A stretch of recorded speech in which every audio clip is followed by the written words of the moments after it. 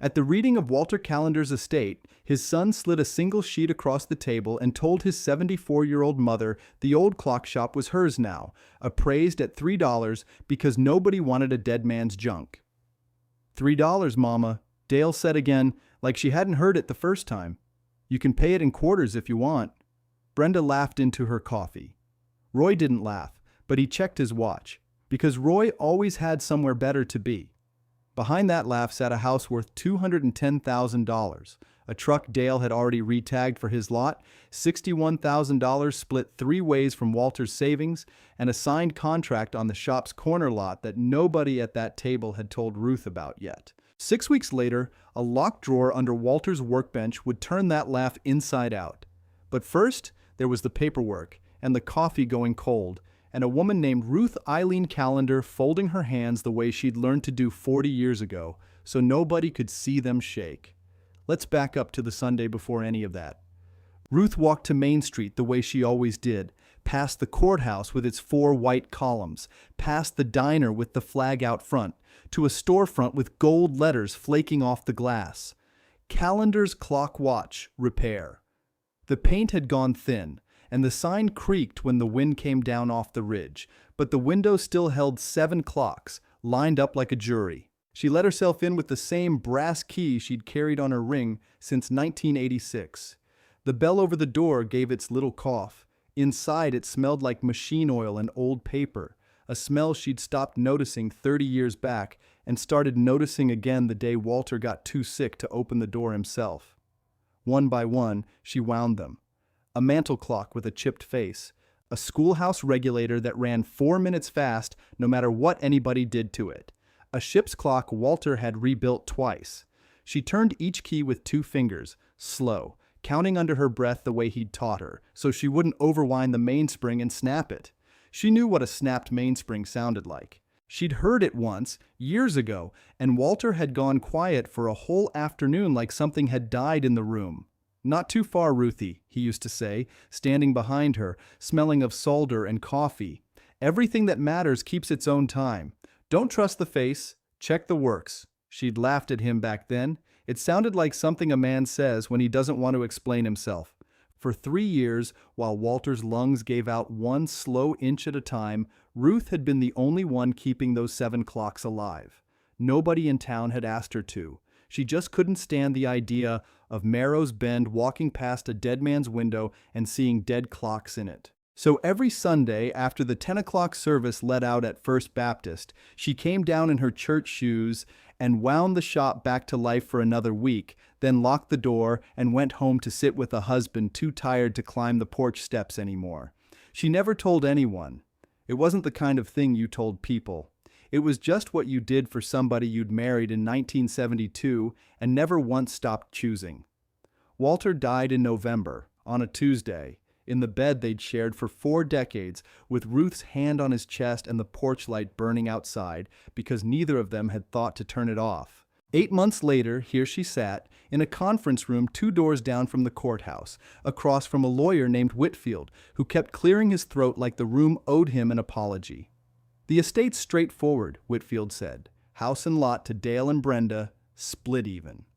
The truck goes to Dale. Savings account, $61,000 and change, split 3 ways, including Ruth, and the commercial building on Main, he tapped the paper. That's the clock shop. Assessed value's low. Back taxes owed on it come to $6,200, so nobody's fighting over that one. Nobody's fighting over it because it's a hole in the ground with a roof on it, Dale said. Sorry, Mama. But it's true. Dale, Ruth said quietly, I'm just saying what everybody's thinking. He leaned back in his chair, the same chair his father used to sit in when he came in to sign things, though Dale filled it different, wider, louder. That building hasn't turned a profit since Reagan. Dad kept it open out of stubbornness, not sense. And now it's $6,000 of taxes and a busted roof, and somebody's got to want it. Brenda set her coffee down. She had her mother's chin and none of her patience. We talked about this before we came in, Mama.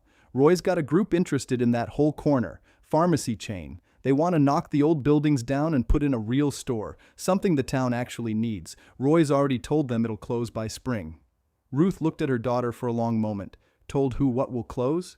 The sale, Roy said, and it was the first thing he'd said all morning. Once the lot's cleared, obviously, nobody's building a pharmacy around your father's clocks, Ruth. He said it kindly, the way a man says something he thinks is generous because he isn't the one losing it. It's just smarter this way. You get the shop clean, in your name, no strings. You sign for $3 to make it official, and then, whenever you're ready, you sign it back over and everybody's taxes are handled and everybody's happy. Everybody, Ruth repeated. You wouldn't want to be stuck paying $6,000 in back taxes on a building that doesn't make a dime, Dale said. This way it's simple. $3, it's yours, it's done, and it's not our problem or yours anymore either. Come spring, that corner's worth real money and none of us have to think about it again. Nobody at that table said the word inheritance. Nobody said the word mother either. Not really, not the way it's supposed to sound. Whitfield slid the paper another inch toward her. $3 was already typed in the blank, like the number had been decided somewhere else, in some other room, before Ruth had even walked in.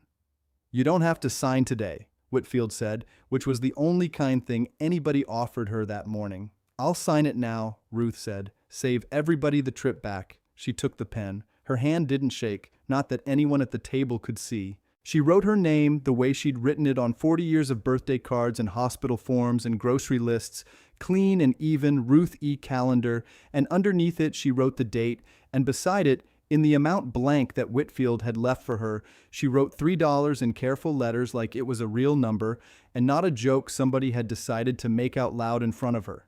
Dale looked almost disappointed she hadn't argued. See, that wasn't so bad, he said, folding the paper back into his folder like a man closing an account. You got the easy end of this, Mama. No taxes on the house, no fuss on the truck, just an old empty shop nobody wants. An old empty shop, Ruth said, with your father's name still on the glass. Something in the way she said it made Brenda glance up. It wasn't sharp, it wasn't even loud, but it sat in the room a second too long, the way a held note does. Before Roy checked his watch again and said they really did need to get moving, he had a 2 o'clock. Nobody asked Ruth what she planned to do with a $3 building. Nobody thought there was anything to plan. That night, she drove down to Main Street by herself, in Walter's old sedan, since the truck was gone now, and let herself in the same way she had every Sunday for 3 years. Belle coughing over the door, the smell of oil and paper closing around her like a coat she'd left hanging by the door. The 7 clocks in the window ticked at their 7 different speeds. She stood there a minute just listening to them argue with each other about what time it actually was. Then she walked back through the shop, past the glass counter where Walter used to lay out pocket watches like a man dealing cards, back to the workbench he'd built himself out of 2x10s the year they were married, the vise still bolted to the corner, worn smooth and dark where his hand had gripped it 10,000 times. She ran her palm along the wood. It was warmer than she expected, though that didn't make any sense, since nobody had touched it in 8 months. Everything that matters keeps its own time, she said out loud. To nobody. To the 7 clocks, to the empty shop. Well, what in the world does that mean, Walter? Her fingers caught on something under the lip of the bench, where the wood didn't quite meet, flush the way good carpentry usually does. A seam. A gap you'd only find if you were running your hand along it slow, the way you check a clock's inner workings instead of trusting the face. She knelt down, slower than she used to, her knees complaining the way they'd started complaining a few years back, and pressed 2 fingers into that seam. The panel gave. Just a little. Just enough. The panel lifted with a small dry groan, like a drawer that hadn't been opened in years, remembering how. Ruth sat back on her heels. Her heart was going harder than the walk down Main Street should have earned her. Underneath the panel sat a shallow space, no deeper than a cigar box, and that was exactly what was in it. A cigar tin, dented at one corner, the lid gone dull with age. Across the top, in paint so faded she had to tilt it toward the window light, somebody had once stenciled a brand name she didn't recognize. She lifted it out with both hands, the way you'd lift something that might still be alive. It was heavier than a tin should be. She set it on the workbench and pried at the lid with her thumbnail until it popped. Inside lay a notebook, the kind with a marbled cover, edges gone soft from handling. She opened it and found Walter's handwriting, small and even, filling page after page with columns. Dates, initials, numbers that made her stop breathing for a second, $4,200, $6,800, $11,500. She flipped further. The numbers didn't stop. They climbed. Taped to the underside of the tin's lid was a key. Brass, gone the color of an old penny, with a scrap of masking tape holding it in place and 3 faded letters written on the tape in Walter's hand. MSU Marrow Storage Units, Ruth said out loud, because she'd driven past that place on the edge of town for 30 years without once wondering what was inside it. She sat there a long moment with the tin in her lap and the ledger open across her knees and the 7 clocks in the front window ticking their 7 different ticks, arguing about the time the way they always did. "Walter Callender," she said, "what did you do?" She didn't sleep that night. She sat at her kitchen table with the ledger under the lamp, turning pages, and every page said the same thing in a different way. Numbers that didn't belong to a man who'd left his wife $61,000 split 3 ways and a shop worth 3. By morning, she knew exactly 1 person alive who might read Walter's handwriting the way Walter himself would have. Harlan Pruitt lived 2 streets over in a brick rancher with a bird feeder shaped like a little house and a mailbox that still said Pruitt in letters he'd cut out of tin himself. He answered the door in his undershirt, glasses pushed up on his forehead, and blinked at her like she'd woken him from a dream about being younger. Ruth Callender. He said her name slow, like he was checking the date on a coin. "Been a long while. Can I come in, Harlan?" "Course you can." His kitchen smelled like coffee and pipe tobacco he hadn't smoked in years, but never stopped keeping around. He poured her a cup without asking if she wanted one, because in Marrow's Bend you didn't ask, you just poured. She set the ledger on his table. "I want you to look at something." Harlan wiped his hands on a dish towel, sat down across from her, and opened the cover like a man handling a bird with a broken wing. He didn't say anything for a while. He turned 1 page, then another. His thumb stopped on a column of initials running down the margin. Small block letters, R4, R4, C2, B1. "Lord," he said quietly. "What is it?" "This is Walter's grading code." Harlan looked up at her over his glasses.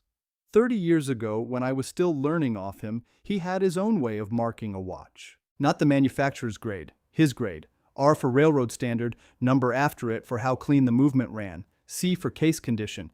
B, he tapped the page. B was his own scale for how rare the piece was. I hadn't seen this code written down in 20 years. I thought it died with him. "It's the man's handwriting," Ruth said. "I know that much on my own." "No." Harlan shook his head slow, like he needed a second to catch up with what he was holding. "Ruth, this isn't a hobby ledger. Look here." He turned the book toward her, ran his finger down a column. October 3 years back. He's logging a Hamilton 992B, grade R4, appraised at $9,200. Here, a Ball Official Standard R4 11.5. Here's one. His finger stopped and stayed stopped. A Waltham Vanguard, and next to it, he's written a number I have to read twice. Read it to me. $180,000. Ruth didn't say anything. The kitchen clock on Harlan's wall, an old plastic thing from a hardware store, ticked on like none of this concerned it at all. "Harlan," she finally said, "he was sick 3 years. Bedbound the last one. How does a man log watches from a bed?" Harlan closed the ledger, careful, like closing a hymnal. "I don't know. But I know what a shop key looks like, and you said there was one taped in that tin." She showed him. He turned it over in his hand, and something in his face went very still, the way a man's face goes still when a memory finally has a place to land. "MSU," he read off the tape. "That's not a code, Ruth. That's an address. Marrow Storage out on the Route 220 spur, past the feed store. Walter's had a unit out there since before I ever apprenticed under him. I always figured it held old parts, spare movements, junk he didn't want cluttering the shop." "You never asked him?" "You didn't ask Walter things he didn't offer," Harlan said, and something about the way he said it made Ruth almost smile. Because it was true, and because it was the first true thing anybody had said to her about her husband in 8 months that didn't come with a folder and a signature line. They drove out together in Harlan's truck that same afternoon, past the feed store, past a field where somebody's cattle stood watching the road like they had opinions about traffic. Marrow Storage sat behind a chain-link fence. Rows of corrugated doors painted the same tired blue, numbers stenciled above each one. Unit 114. The lock was newer than the door around it. Ruth's hand shook a little sliding the key in, and it turned smooth, like it had been oiled recently, like somebody had used it not so very long ago. The door rolled up loud, metal complaining, and daylight fell across a room that made both of them go quiet. Shelves. Rows of them, floor to ceiling, and on every shelf, watches and clock movements laid out under clear drop cloths, each one tagged with a small paper label tied on with string. Dozens of them. Maybe more than dozens. Harlan walked in like a man entering a church he used to attend. He lifted one cloth. Underneath sat a pocket watch, gold case worn soft at the edges, its face perfect, hand stopped at some hour Walter had chosen and left it. Harlan turned it over. On the back, engraved small, a serial number, and beside it, taped to the shelf, an index card in Walter's hand. Illinois Bun Special, grade R-4, restored 2003. Insured Hartwell Fine Arts, policy on file. Insured, Ruth said. He had these insured. Look here. Harlan's voice had gone thin. He was standing in front of a card catalog box at the end of the row, the kind libraries used to keep before computers, every drawer labeled by year. He pulled one open, cards inside alphabetized, each one logging a watch by name, grade, and appraisal, cross-referenced back to the ledger sitting in Ruth's bag. He built a whole system, Harlan said. 40 years of it. This isn't spare parts, Ruth. This is a collection, a real one, the kind museums write letters about.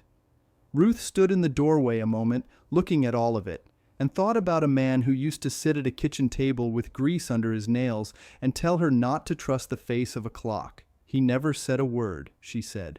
40 years in that house, and he never said one word. Maybe he was waiting on the right time to say it, Harlan said. Man like Walter, everything on his own clock. She almost laughed, except it caught in her throat instead. They were halfway back down the row when Harlan stopped in front of a shelf near the rear wall, one that held maybe a dozen movements still in pieces, not fully restored, waiting on parts.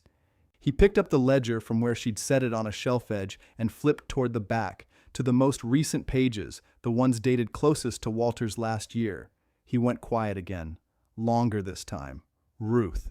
He held the book out so she could see. Look at the handwriting on this page. She leaned in. The numbers were the same, the columns lined up the same way. But the hand that wrote them wasn't Walter's. It was rounder, younger. That's not him, she said. No. Harlan's jaw worked a second before he spoke again. That's not him at all. Somebody else was logging entries in this book, recent ones, within the last 2 years by these dates. Who else knew about this place?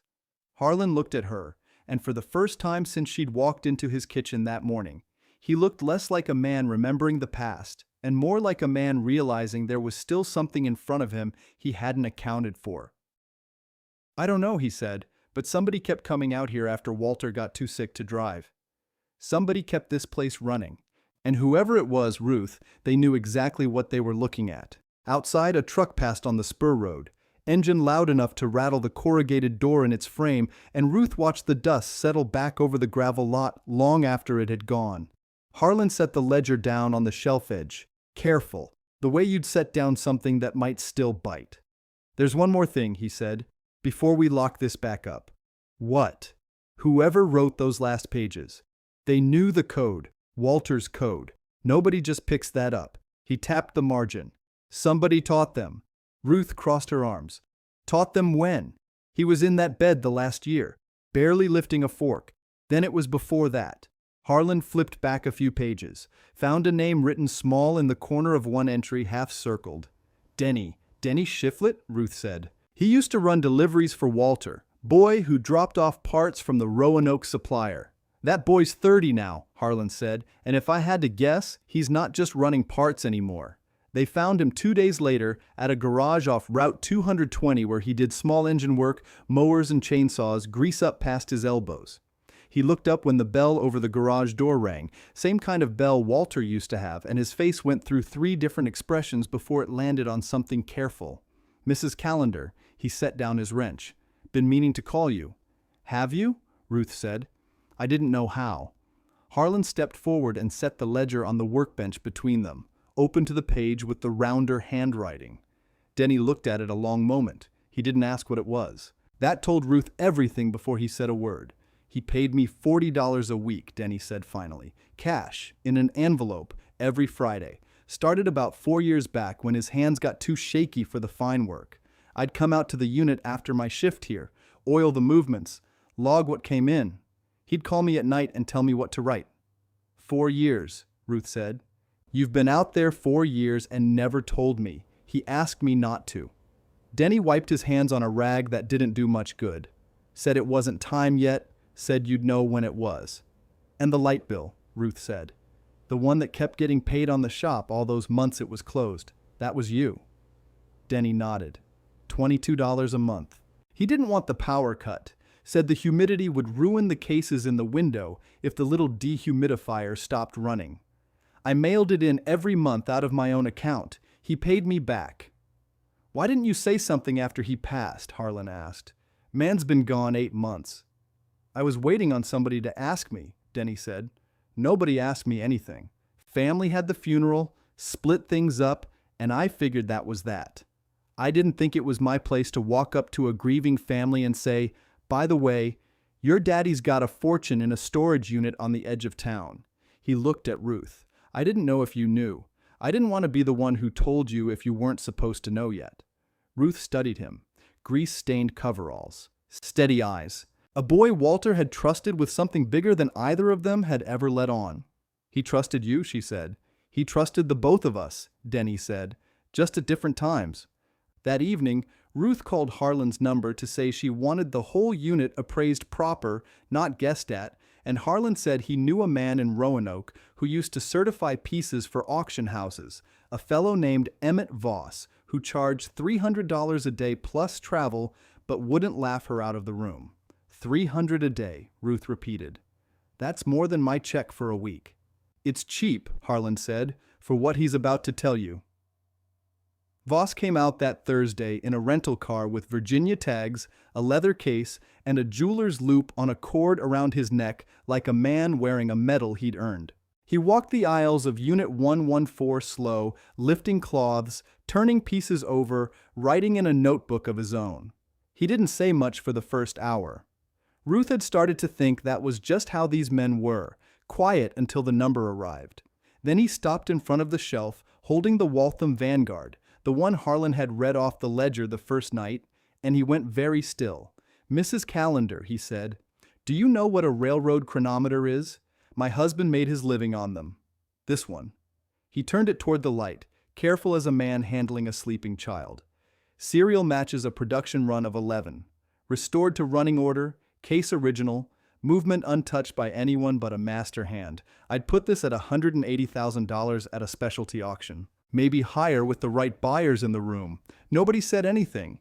Even Harlan, who'd read the number off the page days before, looked like hearing it out loud in a stranger's mouth made it a different kind of true. "And the rest of it," Ruth said, "all together." Voss flipped back through his notes, added a column in his head, the way men do when they don't quite trust a calculator with numbers this size. "Conservatively," he said, $2.6 million. That's the collection, the ledger's documented provenance, and what I'd expect at proper auction. Could run higher." Ruth sat down on an overturned crate because her legs asked her to. $3, she said, mostly to herself. "They handed me $3. "Ma'am?" Voss said. "Nothing," Ruth said, "just doing some arithmetic of my own." She didn't tell Dale. She didn't tell Brenda either. Not yet. Harlan asked her why, driving her home that night, and she said the same thing Walter used to say when she'd ask him why he wouldn't rush a repair. "You don't wind a clock too fast," she said. "You strip the spring." But Merrow's Bend was a small town, and small towns don't keep secrets the way people hope they will. Dale Callender found out the way most men find out things they should have asked about sooner. Sideways, from somebody who wasn't supposed to say anything. He was at First Piedmont Bank that same week trying to get his truck lot loan unstuck. $40,000, 6 months overdue on approval, tied up because his last 2 quarters of sales didn't clear the bank's number. The loan officer, a woman named Pam Ackers who'd gone to high school with Brenda, was pulling his file when she mentioned it, easy as weather talk. Funny thing, Pam said. Emmett Voss was in here Monday, opening a safety deposit box. Appraiser fellow, does work for auction houses. Asked the teller about wire transfer limits for something out of a storage unit on the 220 spur. She laughed a little, wondered if somebody around here won the lottery. Dale sat very still. Storage unit, he said. Which one? Marrow storage, I believe. Why? Dale didn't answer her. He was already doing the math nobody had asked him to do, and it landed somewhere it had no business landing. He drove straight to Brenda's that evening, didn't call first, walked in while Roy was still in his work shirt at the kitchen table with a stack of listing sheets. Mama's got something, Dale said, out at that storage place on the spur. Some appraiser's been out there. A man from an auction house, Brenda. You don't call an auction house over spare parts. Brenda set down her coffee. What are you talking about? I'm talking about Daddy's shop, Dale said. The one we signed over for $3 because we figured it was worthless. He pulled out a chair and sat down hard. What if it wasn't? Roy looked up slow from his listing sheets, the way a man looks up when a number he thought was settled starts moving again. The transfer's done, Roy said. Signed, notarized. Whitfield filed it. Doesn't matter if it's signed, Dale said, if she wasn't in her right mind when she signed it. 74 years old. Grieving. Alone in that shop at night talking to herself, from what I hear. He looked at his sister. You really think a court's going to leave $2.whatever million, if that number's even close to true, sitting in the hands of a woman on a $47 pension check because she scratched her name on a piece of paper we put in front of her? Brenda didn't answer right away. Outside, a truck passed on the road. Slow, somebody out walking a dog past the fence. When she finally spoke, her voice had gone flat in a way Dale hadn't heard from her since their father's funeral. We're going to need a lawyer, she said, a different one than Whitfield. Brenda called a lawyer out of Roanoke the next morning, a woman named Sherilyn Cabell who did estate litigation and didn't do it cheap. $400 an hour plus a $5,000 retainer up front. Brenda wrote the check without blinking. They met in Cabell's office, glass and gray carpet, nothing like Whitfield's paneled room back home. Walk me through it again, Cabell said. Slowly. Dale did the talking, he always did. Our father died 8 months ago. Estate got settled. House to me and my sister, split down the middle, truck to me, savings account to Brenda. The old shop went to our mother. Assessed value, $3. And now? Now there's a storage unit full of watches worth $2.6 million, Dale said. Give or take. Cabell didn't blink either. And your mother knew about this unit before the transfer? She says she didn't. Do you believe her? Dale hesitated. Brenda didn't. Doesn't matter what we believe, Brenda said. What matters is she's 74, grieving, living alone, signed a legal document without independent counsel of her own in a state of, let's call it, diminished capacity. Cabell wrote something down. That's a specific legal claim, Mrs. Hutchins. Diminished capacity at time of signing. Can you support it? She was talking to herself in that shop, Brenda said. People saw her down there at odd hours, winding clocks nobody sells anymore. That's not incompetence, Cabell said. That's grief. It's what we've got, Dale said. Cabell tapped her pen twice against the desk. I can file a petition to void the transfer on grounds of incapacity. It'll get you a hearing. A judge decides, not us. I'll tell you now, it's not a strong claim, but an estate worth $2.6 million buys a lot of patience from a court. How much to file, Brenda asked. Filing fee's small. My time won't be. Cabell looked at both of them. You understand, if this goes forward, it goes forward in open court. Whatever your mother's got, whatever she did or didn't know, it gets read into the record. Public record. Roy, who'd been quiet the whole meeting, finally spoke. The pharmacy deal closes in April. We need that lot clear by March. That's not what this hearing is, Cabell said. It's what happens if it goes the right way, Roy said. Cabell looked at him a beat too long. File the petition, she said. I'll have papers ready inside the week. Ruth found out on a Tuesday. She was at the shop dusting the 7 clocks in the front window, the way she'd been doing every day now instead of just Sundays, when a young man in a collared shirt walked in with a manila envelope and asked if she was Ruth Eileen Callender. I am. You've been served, ma'am. He held it out. She took it because there wasn't another way to do it, and he left before she'd even opened the flap. She read it standing at the counter Walter had stood behind for 40 years. Petition to void transfer. Grounds, incapacity of grantor at time of execution. Petitioner, Dale Wayne Callender and Brenda Callender Hutchins. Her own children's names printed cold and official, calling her unfit. She called Harlan. He was there in 10 minutes, out of breath from walking fast. Let me see it. She handed it over. He read it twice, lips moving on the second pass, the way he read everything that mattered. Incapacity, he said. That's their word for it. That's their word for it. Ruth, this is your own kids saying you didn't know what you were signing. I knew exactly what I was signing, Ruth said. $3. For a dead man's shop. I signed it because I didn't want to argue at a table where my husband hadn't been in the ground 2 months. Harlan folded the papers back along their creases. Hearing dates set. Right here, he pointed. March the 4th. Courthouse. Same building where you signed the first one. That's 8 weeks. That's 8 weeks to get everything ready, Harlan said. The ledger. Voss's appraisal. Denny's testimony if it comes to that. We don't go into that room with a story, Ruth. We go in with documents. Ruth sat down on the stool behind the counter, the one Walter used to perch on between customers, and looked at the clocks in the window, all 7 of them ticking, none of them agreeing on the exact minute, the way old clocks never quite did. He knew this might happen, she said. Didn't he? All that hiding, all those years. I think Walter knew his own children better than they'd like, Harlan said. He never said it plain. No. Harlan set the papers on the counter, careful, same way he set down everything that mattered. But he built you an answer before they ever asked the question. That's not nothing, Ruth. That's a man taking care of his wife from 10 feet under. Ruth didn't cry. She'd done enough of that in the last 8 months to last her the rest of her life. Instead, she reached under the counter, pulled out the cigar tin itself, the original one, and set it next to the petition like the 2 things belonged on the same shelf. Check the works, she said quietly, not the face. What's that? Something Walter used to say. I thought it was about clocks. She almost smiled. Guess it was about everything.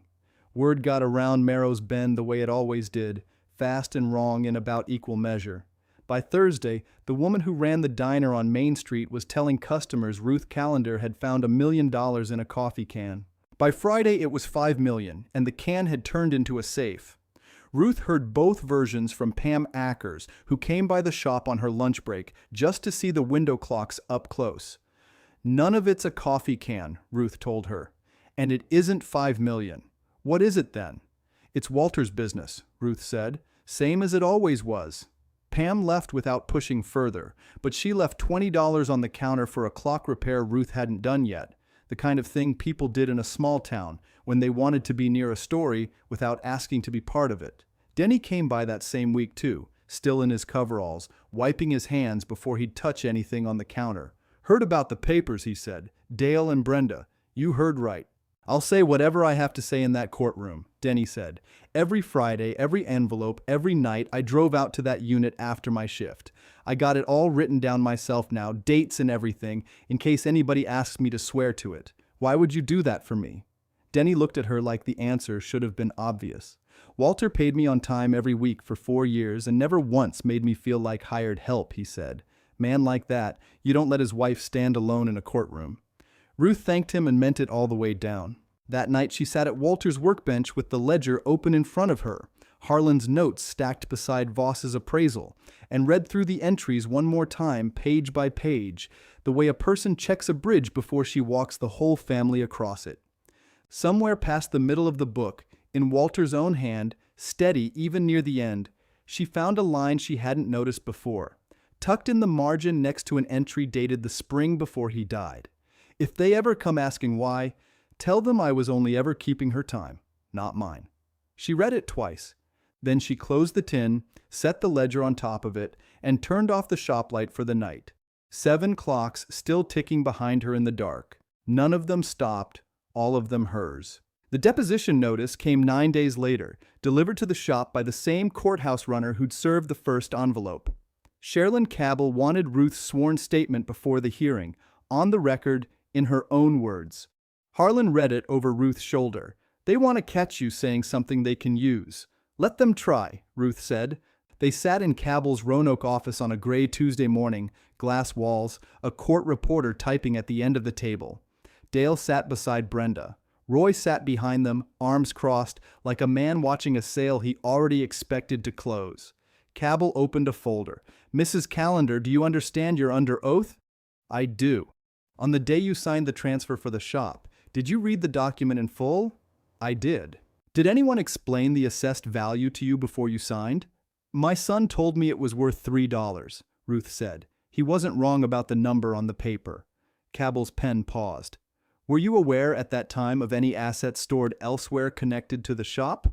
"No, ma'am." "So you signed a document transferring ownership of something you had no knowledge was valuable." "I signed a document my children put in front of me 2 months after I buried my husband," Ruth said.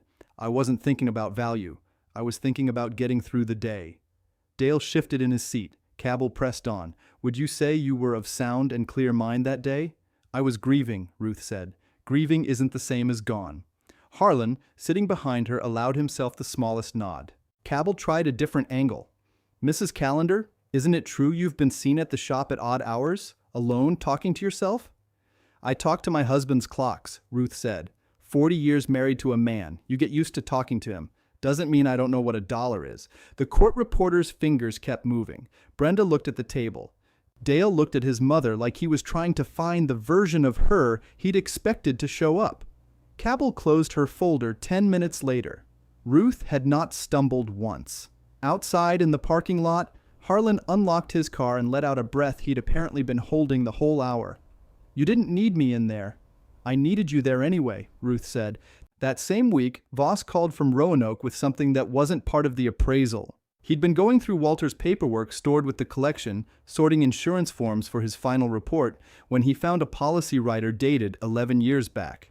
A private insurer, a company out of Lynchburg that specialized in collectibles. Coverage on the watches, itemized, 61 pieces at the time, insured for $1.1 million. "Beneficiary line," Voss said over the phone. "Sole beneficiary in case of the policyholder's death. It's your name, Mrs. Callender, Ruth Eileen Callender, signed and notarized 11 years ago." Ruth sat down slow at the workbench, phone pressed to her ear. 11 years, she said, before he was even sick. "He set this up while he was healthy," Voss said. "This isn't a man scrambling at the end. This is a man planning ahead of time. For you specifically." Harlan, standing across the room, watched her face change. "What is it?" Ruth held up a finger, still listening. "Mr. Voss, can you get that document to Harlan Pruitt? Copy of it, I mean. Legal copy. I'll email it within the hour." When she hung up, she told Harlan the number twice, like saying it once wouldn't make it stick. Then she told him the date. 11 years before he died, she said. Roughly 15 years before the estate reading. He didn't wait until he knew he was dying. He decided a long time before that. Harlan sat down across from her. "That kills their whole argument." "How's that?" "Incapacity's about the day you signed," Harlan said. "This is proof he planned it while he was strong as a horse. Man doesn't buy insurance and name a beneficiary because he's got a hunch he'll get sick 15 years down the road. He does it because he already knows what he's building and who it's for." Ruth looked at the ledger on the bench between them, the tin sitting beside it, the brass key still resting where she'd left it the night she found everything. "He knew Dale and Brenda would come for it," she said. "Didn't he? Long before any of us thought he was sick.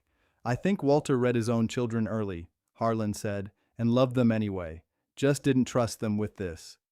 Dale heard about the insurance writer from Cabell 3 days later, over the phone, and by the sound of it, it landed like a stone through a window.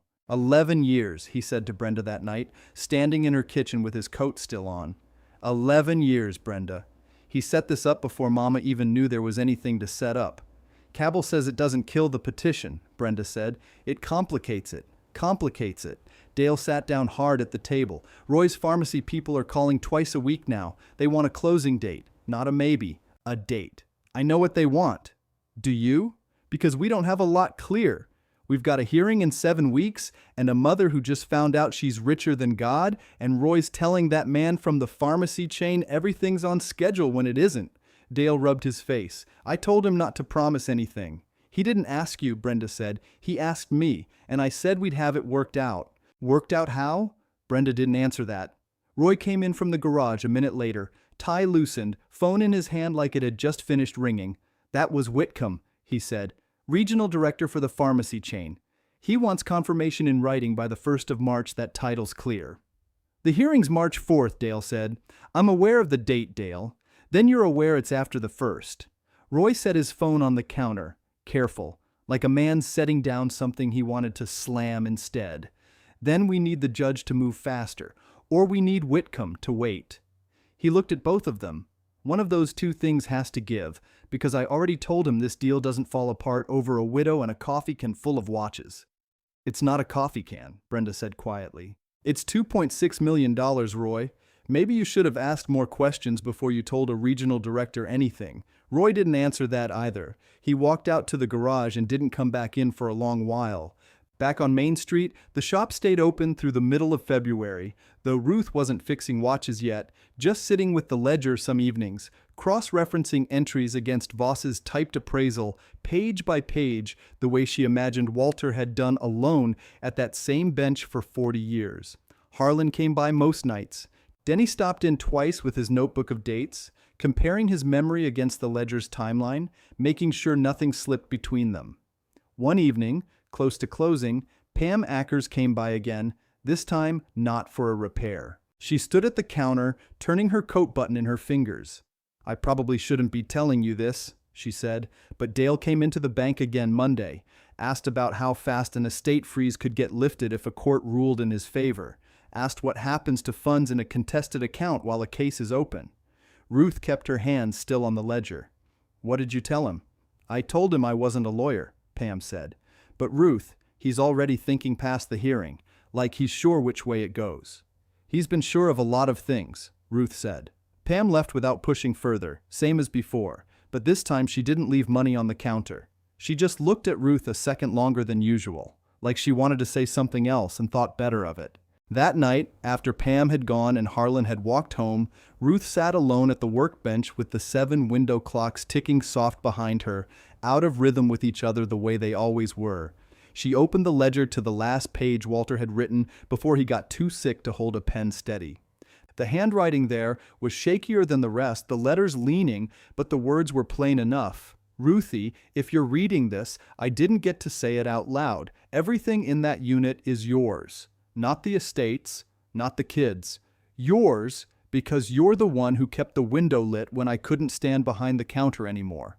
A man doesn't forget who did that. Check the works, not the face. Always the works. She closed the ledger and sat with her hand flat on the cover for a long minute. Outside, a car passed slow on Main Street, headlights sweeping the glass, catching the 7 clocks in their reflection, before moving on toward the courthouse 2 doors down, dark now, waiting on its own kind of hour. Harlan called her Wednesday morning before the shop even opened. Come down here, he said. Bring coffee. I've been up half the night with this ledger and I need your eyes. Ruth found him at his kitchen table, 3 lamps burning even though the sun was up, magnifying glass in one hand, Walter's ledger flat under the other. Sit, he said. Look at this page. She sat. He turned the book toward her, tapped a column of entries dated 11 years back. Compare that to the page before it. She looked. The numbers were the same style, tidy, slanted right, but the letters were rounder, softer strokes, not Walter's hand at all. Somebody else wrote this, she said.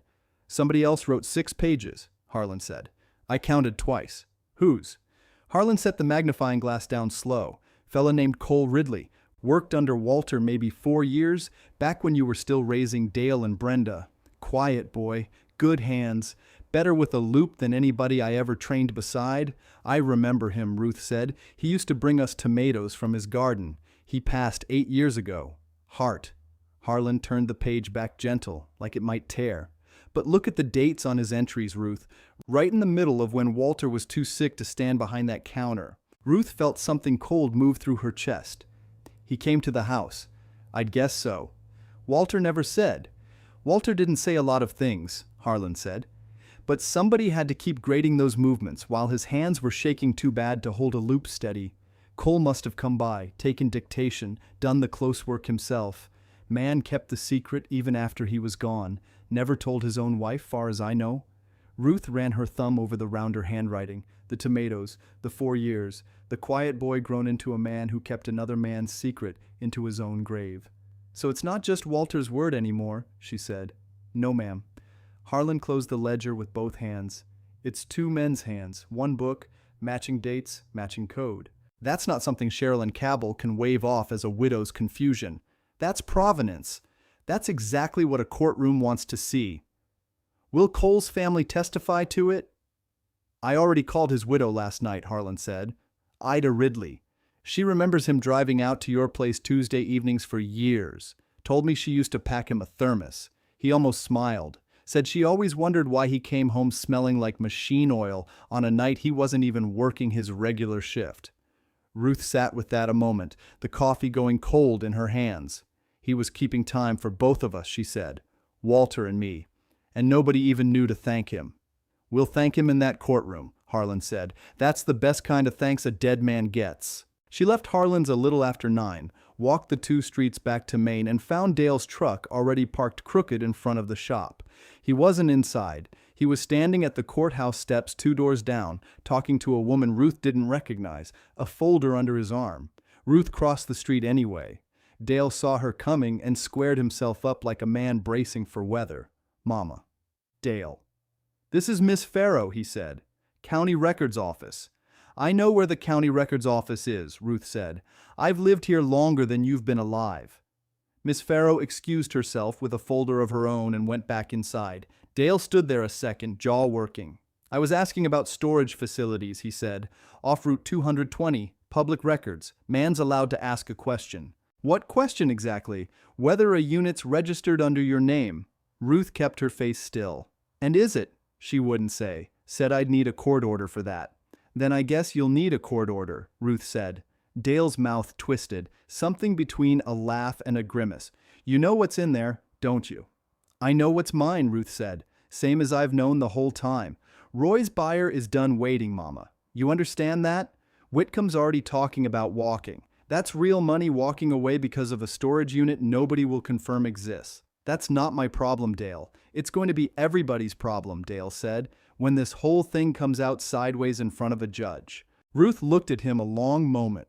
This man she'd carried and fed and sat up with through fevers, standing on the courthouse steps like a stranger asking a stranger for directions. You already tried sideways, she said. Now we're doing it straight. March 4th. I'll see you there. She walked back to the shop without waiting for his answer. 2 days later, Cabell filed an emergency motion. Harlan brought the copy over himself, mouth tight.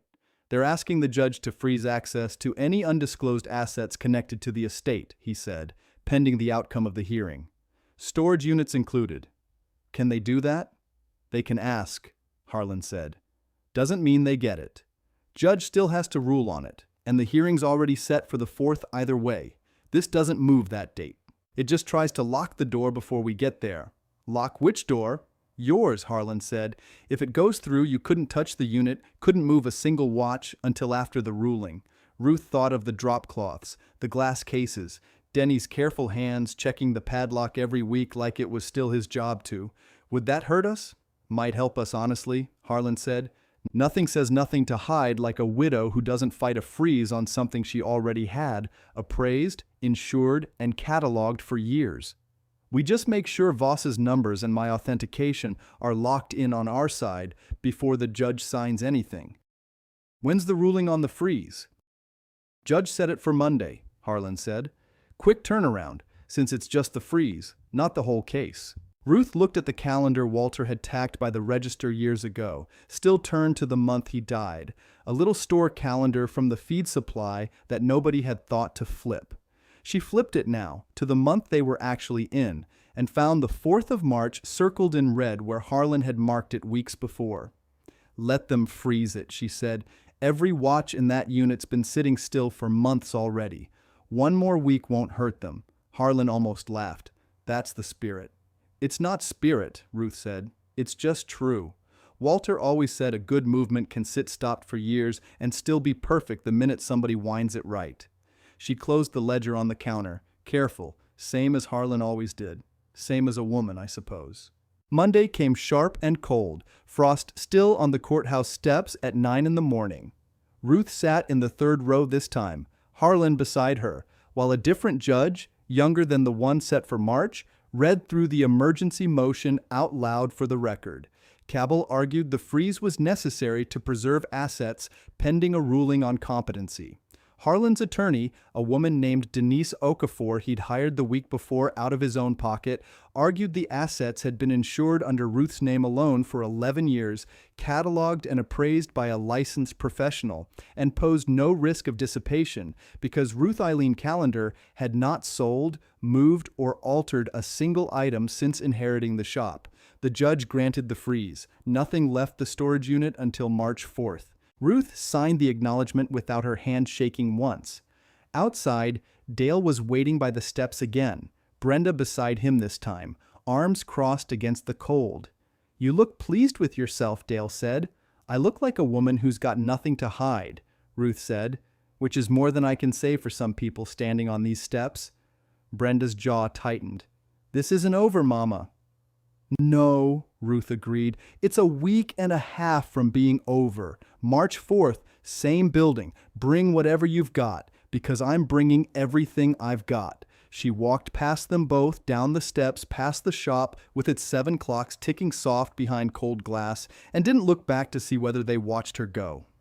Whitcomb called Roy again on a Thursday, and this time he didn't ask about dates. He read from a contract clause instead, slow, like he wanted Roy to feel every word. Section 9, Whitcomb said, liquidated damages, $175,000, due to us, if this doesn't close by April 1st. Roy sat down on his own porch steps, phone hot against his ear. "It's a formality clause. Every contract's got one. It's not a formality when I'm the one who has to explain it to my board," Whitcomb said.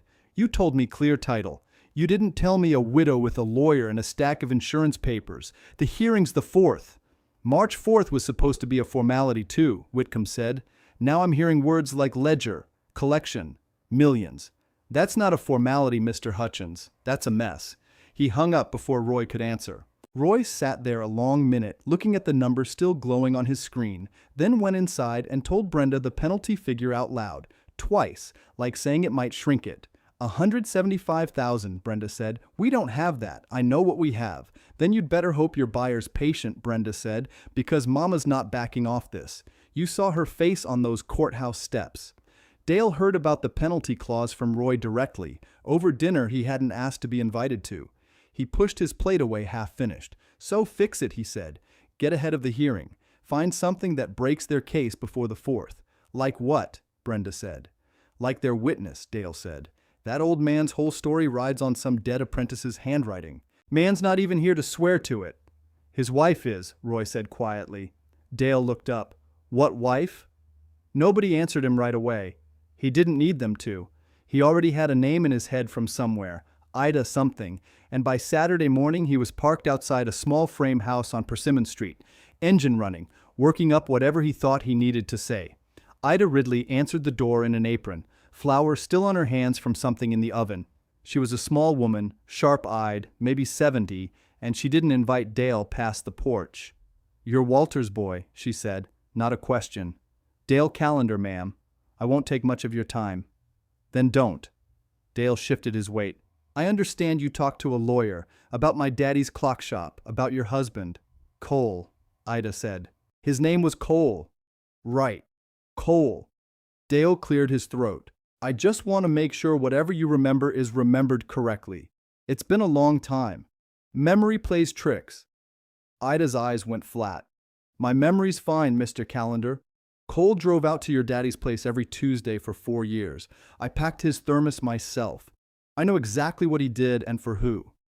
People misremember dates all the time. Not this kind of people." She crossed her arms. "You come here to shake me or to bribe me?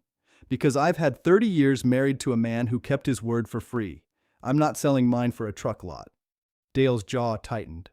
"That's not what this is." "Then what is it?" He didn't have an answer ready. Ida looked at him a moment longer, not unkind, just tired of it. Your daddy trusted my husband with something precious, she said. Cole carried that to his grave and never told a soul, not even me, not the whole story, till your mama needed it told. You ought to be proud of that kind of loyalty in your family. Instead, you're standing on my porch trying to talk me out of telling the truth. I'm trying to protect what's left of my family, Dale said. Funny, Ida said. Your mama's part of that family too. Seems like she's the only one you forgot. She stepped back and shut the door, gentle, no slam, which somehow landed harder than one would have. Dale sat in his truck outside her house a long while before he drove off. Ida called Harlan that same afternoon. Your Dale came by, she told him. He's not my Dale, Harlan said, but I hear you. What did he want? Wanted me nervous, Ida said. Didn't work. Good. Harlan, I'll say it plain at that hearing. Every Tuesday, 4 years, machine oil on his shirt when he came home. He kept that secret for Walter even after Walter was gone. I'm not letting some truck salesman scare me out of saying so. Harlan thanked her twice before he hung up and told Ruth about the visit that evening, sitting across the workbench from her, ledger between them like always now. He went after a widow, Ruth said, to protect a truck lot. He's scared, Harlan said. Scared men do ugly things. Doesn't make it less ugly. Harlan didn't argue that. 2 days later, Denise Okafor called Harlan and Ruth both into her office off Route 220, a narrow storefront with a single window unit fighting the March chill. She had a fresh folder on her desk, thinner than the ledger, but she tapped it like it weighed more. Cabell filed something new, she said. She's retained a forensic document examiner, man named Preston Yates out of Roanoke. He's going to testify the 6 pages in Cole Ridley's hand can't be reliably dated. Says ink and paper aging isn't exact science, and a page could have been added any time in the last 8 years. Ruth felt her stomach drop a little. Meaning what? Meaning she's trying to suggest somebody wrote those pages recently, Denise said, after Walter died, to make the ledger look older than it is. That's a lie, Harlan said. It's a theory, Denise said. Theories don't have to be true to work on a judge if nobody knocks them down first. She slid a second sheet across the desk. Which is why I want to bring in our own examiner. Woman named Corinne Massey does forensic ink dating out of Charlottesville. She's expensive. $2,200 for the analysis plus travel. We'll pay it, Ruth said before Harlan could. There's more, Denise said. Cabell's also going after Harlan directly. Says his authentication can't be trusted because he and Walter were close, professionally and personally, going back 30 years. She's going to call it bias. Harlan's mouth tightened. 30 years of knowing exactly how the man worked isn't bias. It's expertise. I know that, Denise said. You know that. Question is whether the judge sees it that way or whether Cabell paints you as an old friend covering for a widow. She closed the folder. That's why Ida Ridley matters so much. She's not a friend of the shop. She's not getting a dime out of this. She's just a widow telling the truth about her own husband. Juries and judges both trust that kind of witness more than they trust an expert with a personal stake. Ruth sat with that a moment. So it's not just Harlan's word anymore, it's Ida's too. It's Ida's, Harlan's, Voss's appraisal, and now Corinne Massey's ink dating, all lined up the same direction, Denise said. Cabell's throwing one expert at us. We're bringing 3, plus a widow who packed her husband's thermos for 4 years running. She almost smiled. That's not a fair fight for her anymore. That's just her not knowing it yet. Ruth walked back to the shop that evening with the cold settling into her coat, past the courthouse dark on its corner, past the diner where Pam Ackers sometimes sat with coffee she never seemed to finish. She let herself in, flipped the sign, and stood a minute at the workbench before doing what she'd done every night since Christmas. She wound the 7 clocks by hand, one after another, the same motion she'd done every Sunday for 3 years, while Walter lay upstairs too weak to stand behind his own counter. The shop had never once gone dark in the window, not for 1 week, not even the week he died. She'd made sure of that herself. Tonight the winding felt different, not a chore anymore, not even a vigil. Something closer to a countdown she could finally see the end of. Harlan knocked on the glass a few minutes later, cheeks red from the walk, a manila envelope under his arm. Corinne Massey called me back, he said, letting himself in. She can examine the ledger Thursday. Says if those 6 pages were written more than 3 years ago, she can prove it with the ink alone. Iron gall ink breaks down at a measurable rate. Anything past 3 years shows in the fibers. And if it shows 8, then Yates doesn't have a case left to make, Harlan said. And Cabell's whole theory falls over before she even gets to open her mouth in that courtroom. Ruth looked at the ledger, then at the 7 clocks behind her, ticking soft and out of step the way they always had. Walter didn't leave much to chance, she said. Even the parts he couldn't control, he found a way to plan around. He was a careful man, Harlan said. Careful men leave proof lying around for people who know where to look. Or people patient enough to wait for it, Ruth said. Outside, a truck idled past, slow on Main Street, headlights sweeping the glass a second too long before moving on. Ruth didn't need to see the driver to know whose it was. She turned back to the bench, closed the ledger, and set the brass key down beside it. Same place it always sat now, waiting on the 4th like everything else in that shop. Corinne Massey came Thursday morning, a compact woman with a case of instruments that looked more like a jeweler's kit than a lab. She set up at Harlan's workbench, not the shop, said she didn't like moving documents more than she had to. Ruth sat across from her, hands folded, watching. 6 pages, Corinne said, sliding on thin white gloves. Cabell's examiner is going to say iron gall ink can't be dated reliably. That's true in general. It's not true here. Why not here? Ruth asked. Because iron gall ink oxidizes on a curve. Fresh, it's almost black-blue. Give it 3 years, it starts going brown at the edges of each stroke. Give it 8, 10 years, the browning goes all the way through the line. She held a jeweler's loupe to her eye and bent low over the page. Your husband's other entries, the ones nobody's disputing, they're brown clean through. Consistent aging matches the ledger's earliest dates. She moved the loupe to the 6 disputed pages. Nobody spoke while she looked. Harlan stood with his arms crossed, jaw tight. Same browning, Corinne said finally, all the way through. This ink didn't go into that paper last year. She sat back. I'd put these pages at 8 to 10 years old. Same range as pages around them. Ruth let out a breath she hadn't noticed holding. You'll say that in court, Harlan said. Not quite a question. I'll say it under oath, Corinne said. Yates can disagree with me all he wants. He won't have the fiber samples I've got. Harlan looked at Ruth.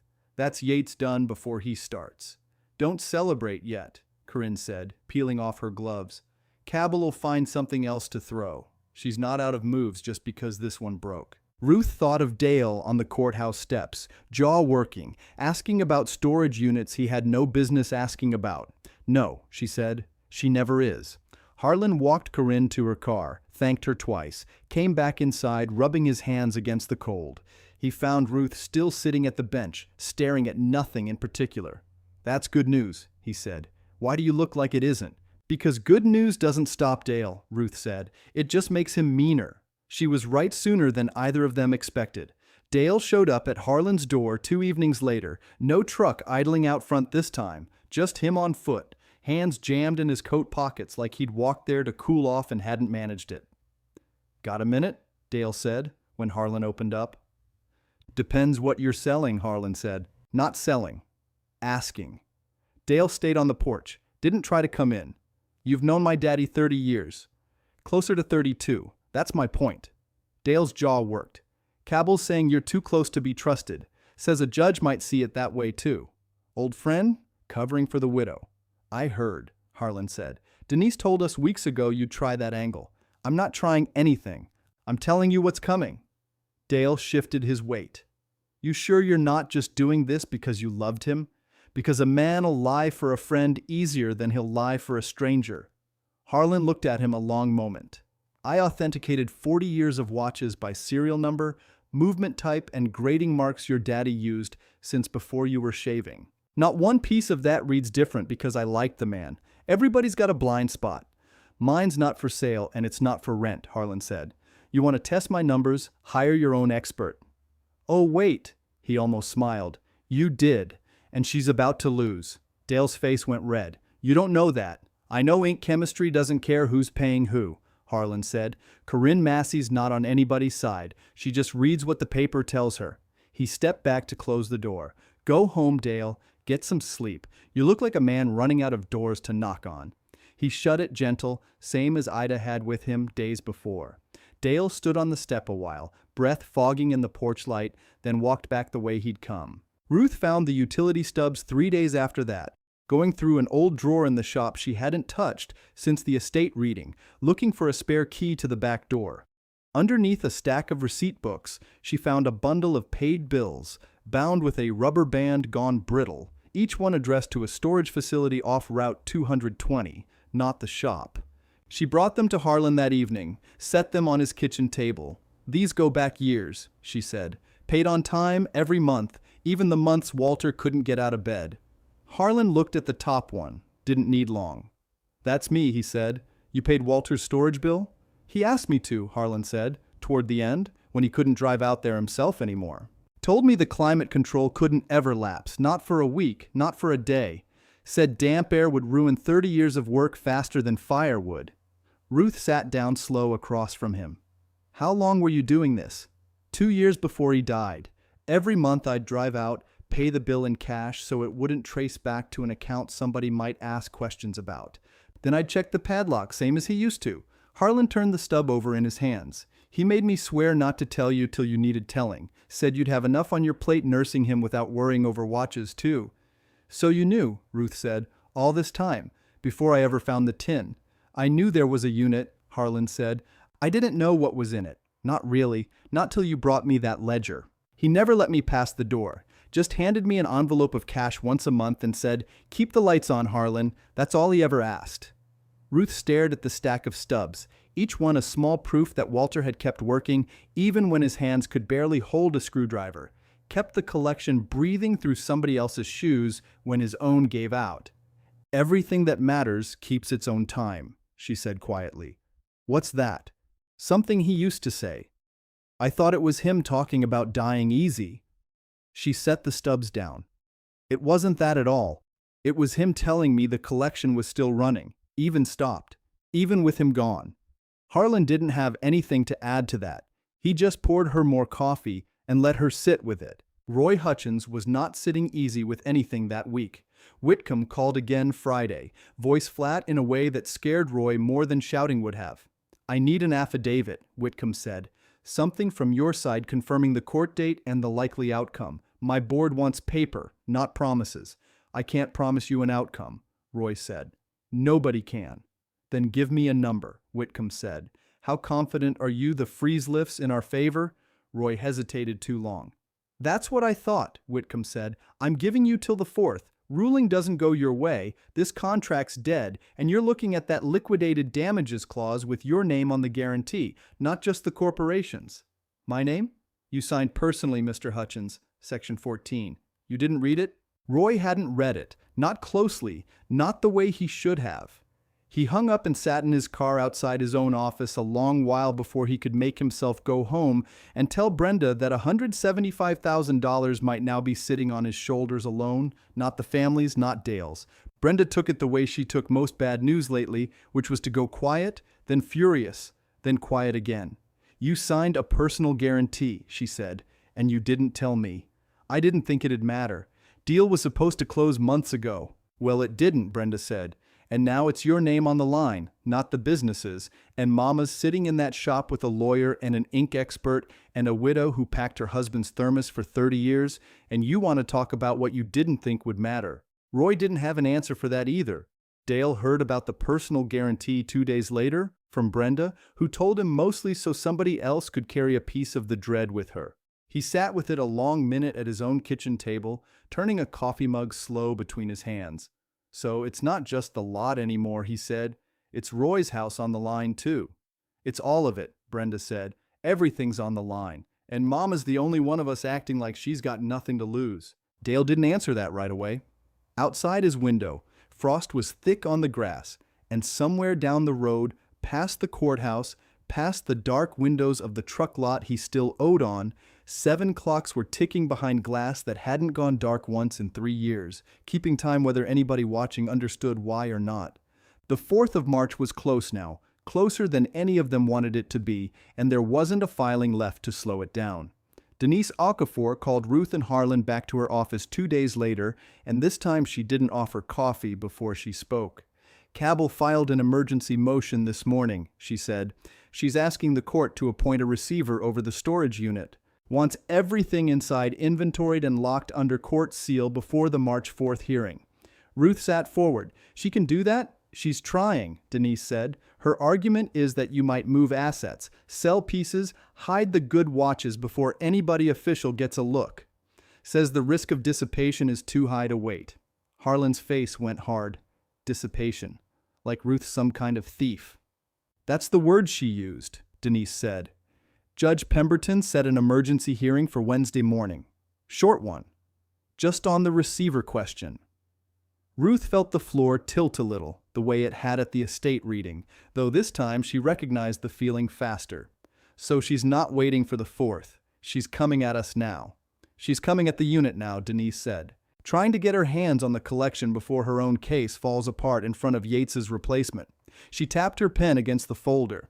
It's not a bad move. If she gets that receiver, she controls access. She can slow walk our people getting back in there. Makes it harder for Corinne to finish anything else, harder for Harlan to keep authenticating. Can she win it? Ruth asked. Not if the collection's already insured and cataloged, Denise said. Which it is, under your name. That's the strongest card we've got, and we haven't even played it yet. She looked at Harlan. You kept insurance records going back how far? 11 years, Harlan said.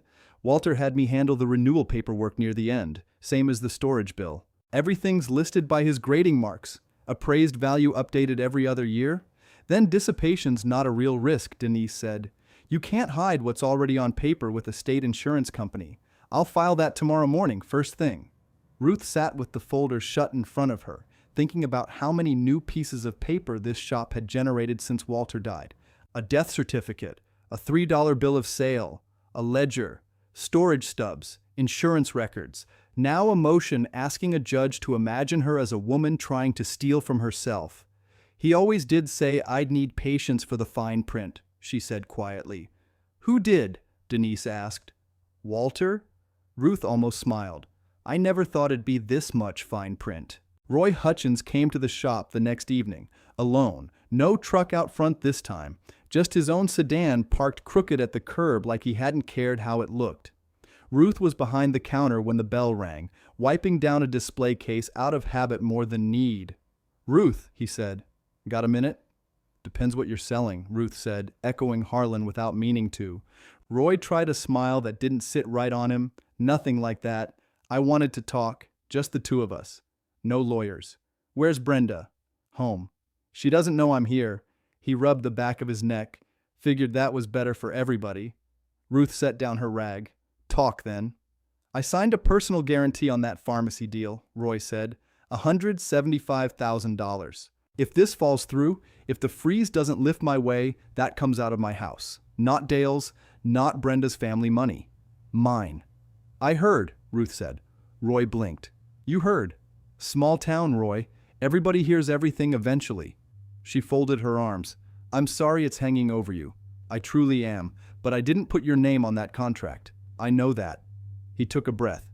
I'm not asking you to fix my mistake. I'm asking if there's a way to speed things along. Settle quiet, maybe. I could get you real money for the lot, more than fair market, if you just let the sale go through before the hearing even happens. You want me to sell before Harlan testifies.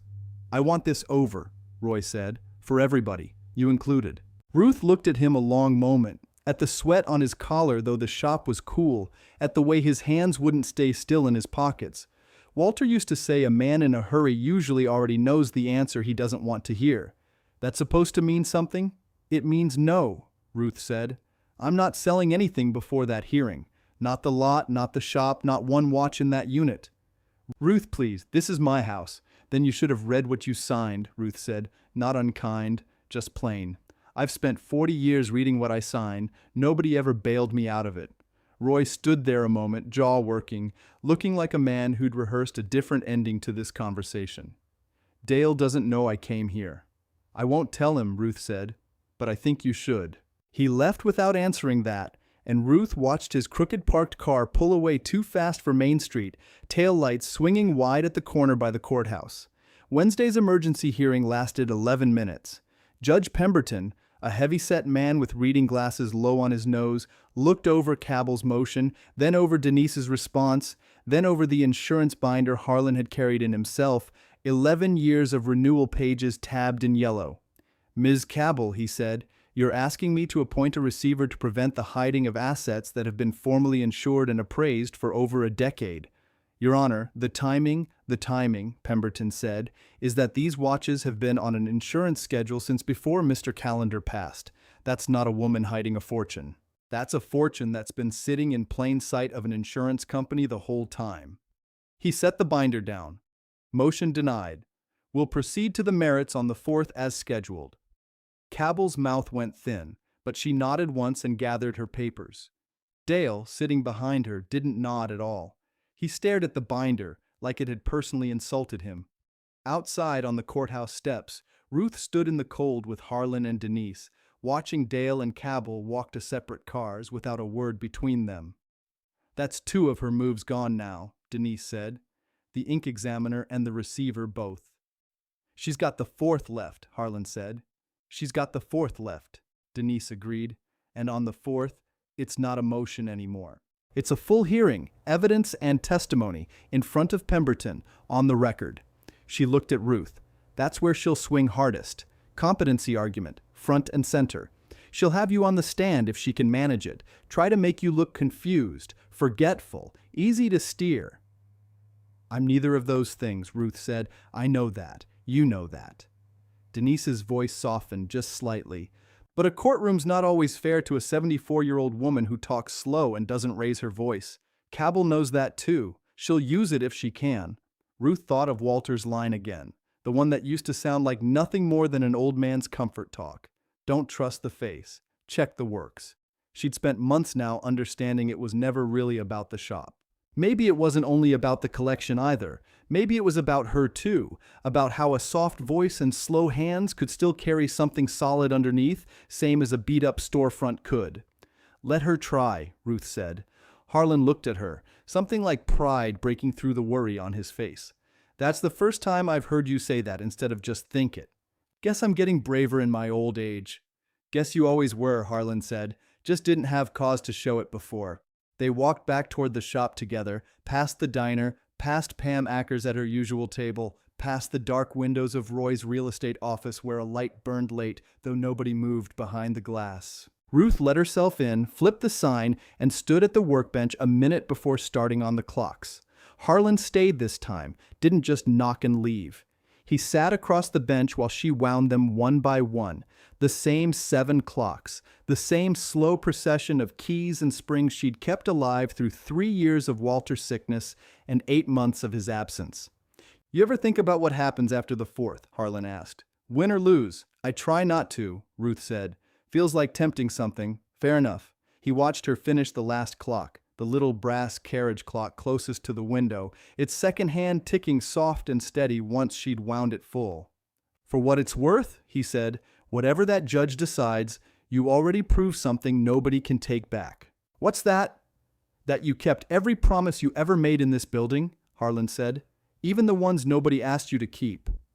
Ruth didn't answer that right away.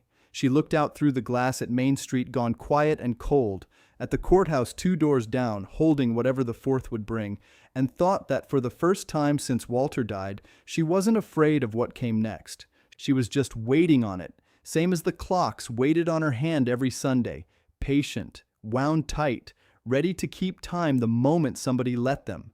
Harlan came by the shop on Saturday morning with the ledger under his arm again, though he'd read it a dozen times by then. Ruth was already at the workbench, coffee going cold beside her. "Thought you had this memorized," she said. "Thought so too." He set it down open to a page near the back. "Look at this one close." Ruth leaned over. The entries looked the same as always. Tight columns, grading marks in the margin. But the hand was different. Rounder letters, heavier pressure on the numbers. "That's not Walter's writing," she said. "No, it's not." Harlan tapped the page.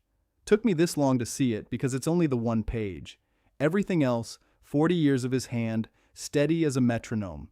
Then right here, somebody else picks up the pen." Ruth sat down slow. "Whose?" Harlan didn't answer right away. He turned back a page, then forward again, like he was checking himself. "I know this hand," he said finally. "Took me a night to place it. It's Emmett Voss." "Who's that?" "Apprenticed under Walter same years I did. Younger than me by a decade. Left town for a shop in Roanoke back in the 90s. Harlan's voice went quieter. Died going on 6 years ago now. Heart, sudden, no warning. Ruth felt something cold move through her that had nothing to do with the coffee. Walter never mentioned him. Not once, not in 40 years. "Wouldn't have," Harlan said. "If Emmett was helping grade pieces, cataloging serial numbers, that's not a thing you talk about at the dinner table. That's a thing you keep as quiet as the collection itself." "So it wasn't just you and Walter," Ruth said. "There was a third person who knew. Looks that way." Harlan ran a thumb along the page edge. One page, dated 2019. Right in the stretch when Walter's hands were going bad on him, before he asked me to handle the storage bill. My guess, he needed somebody who could still write small and clean, verify a few gradings he couldn't trust his own hand to record right anymore. Emmett was 3 hours away, but he'd have done it for Walter. People did things for Walter. Ruth stared at the page a long moment. "Everything that matters keeps its own time," she said, half to herself. "I thought that line was only ever about me and him. Turns out it took a whole quiet network to keep this thing running." "Turns out it did," Harlan said. She looked up at him. "Does this help us or hurt us? Denise needs to know."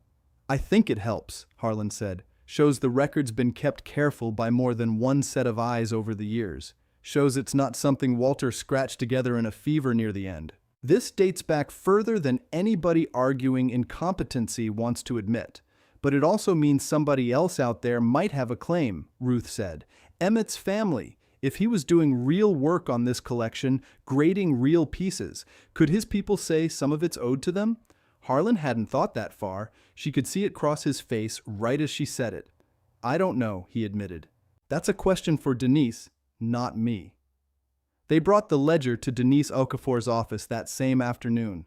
She read the page twice, glasses pushed up on her forehead the second time through. "This is good, and it's a headache, both at once," she said.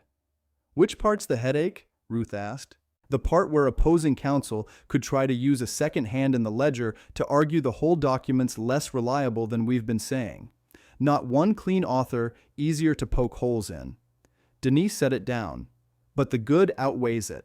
This page is dated 2019. That's 3 years before Walter's health went south enough for you to be doing all the caregiving. It proves the record wasn't cooked up in his final bad year. It was already running, already careful, years before anybody could say his mind was going." "And the family claim?" Ruth asked. "Emmett Voss's people?" Denise considered that. "If he was paid for his work at the time, which I'd bet he was, there's no ongoing claim. A man doing piecework for a friend isn't the same as a business partner with equity. I'll check probate records out of Roanoke just to be safe. But my read, this strengthens us. It doesn't complicate the ownership. It just tells us Walter wasn't building this alone in a back room like some hoarder losing his grip. He had help he trusted, same as you've got help you trust now." She looked between Ruth and Harlan. "That's not incompetence. That's a man running an operation." Ruth thought about it walking home, past the courthouse, its limestone steps gray under a sky that couldn't decide on rain. 40 years, and she was still learning new rooms in a marriage she thought she knew every hallway of. Dale Callender was in that same courthouse 2 days later, though not for anything on the docket. He came in the side entrance, the one near the tax assessor's office, and asked the clerk at the counter a question he'd been chewing on for a week. "I need to look at a filing," he said. "Storage unit lease, out on the Route 220 lots, name Callender." The clerk, a heavy-set woman named Fran who'd known Dale's family 30 years, gave him a look. "That under litigation, Dale? I can't just hand out anything that's active in a case." "It's my mother's name on it," Dale said. "I've got a right to know what's in a family asset." "You've got a right to what your lawyer requests through discovery," Fran said. "Not unkind, just firm. Not what you walk in here and ask me for on a Tuesday." Dale's jaw worked. "Come on, Fran, I'm not asking for state secrets." "I know you're not," she said. "But I've had 2 different attorneys in here this month asking about that exact unit, and I'll tell you what I told them. Anything tied to the Callender estate hearing goes through the file room, and the file room needs a case number and a reason." She slid a form across the counter. "You want it? Put in a request. It'll take a few days. same as anybody else. Dale stood there a second, then folded the form and put it in his jacket without filling in a word of it.